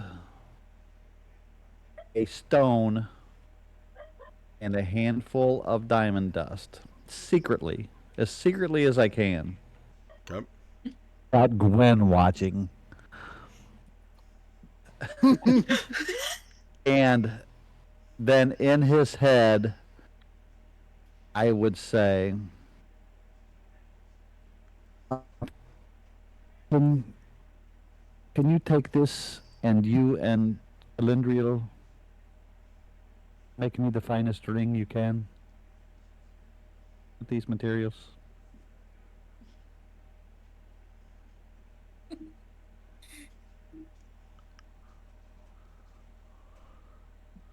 I guess since you're talking in my head. Oh wow. I've never paid attention if my fucking head voice also has a fucking stupid fucking accent. I guess it does. She used to always talk to me in my head too. I'll make you the finest ring. I'll make sure she helps me. But if you want us making a ring, then did you want it enchanted? That's what the stone is. The stone is enchanted, but it probably needs to be smaller to be on the ring. That's what The she diamond said. dust is just the diamond dust is just for good looks, and the gold is the same 9 gold that I came into Barovia with.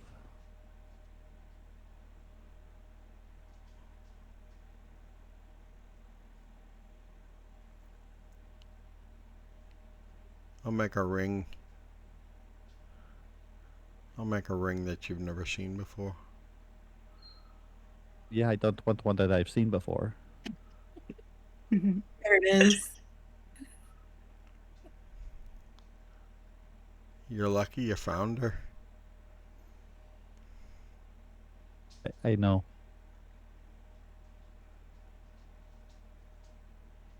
And I'm sure she feels lucky too. I hope so. I don't really like talking in each other's heads because people are fucking staring at us. Meanwhile, we're bored. Gazing Shava long leans into over to each Belivar. other's eyes. Are they having a moment? Should I Fucking be worried weird, about man. Yesmith? I think they are. I think they're doing a magical talk thing, like how we Still do just- message. Huh. He'll do a And by the way, forearm shake Kurt- with you and pull you in for a light hug and then back away and go, it's fucking gay. And he'll turn and walk away. We'll show you in the What? morning how to use that circle.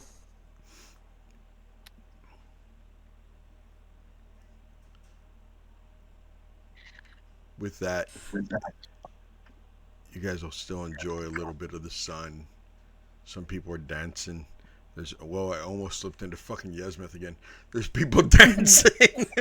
And Yeah, he is. To that dancing thing, Belivar will, after a yes, little bit, start Belivar, playing you're that not the flute. only one. There are other people who are bringing out instruments and strings and flutes and lutes and lyres. And there I almost slipped into it again. And there's just this beautiful music playing as everyone's kind of dancing and celebrating. The clouds are breaking apart even more. The sun is shining in Barovia. And But for how one long? particular song, Belivar will be playing right by the coffin. The sun will come out tomorrow. The sun's coming out today.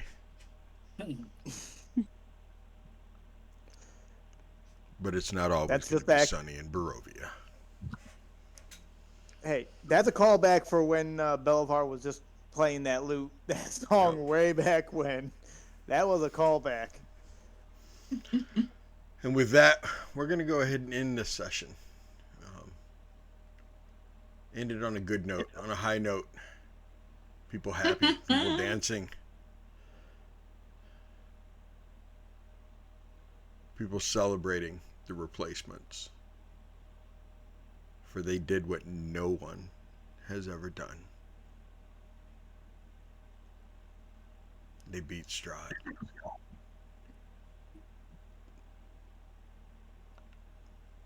Little do they all know,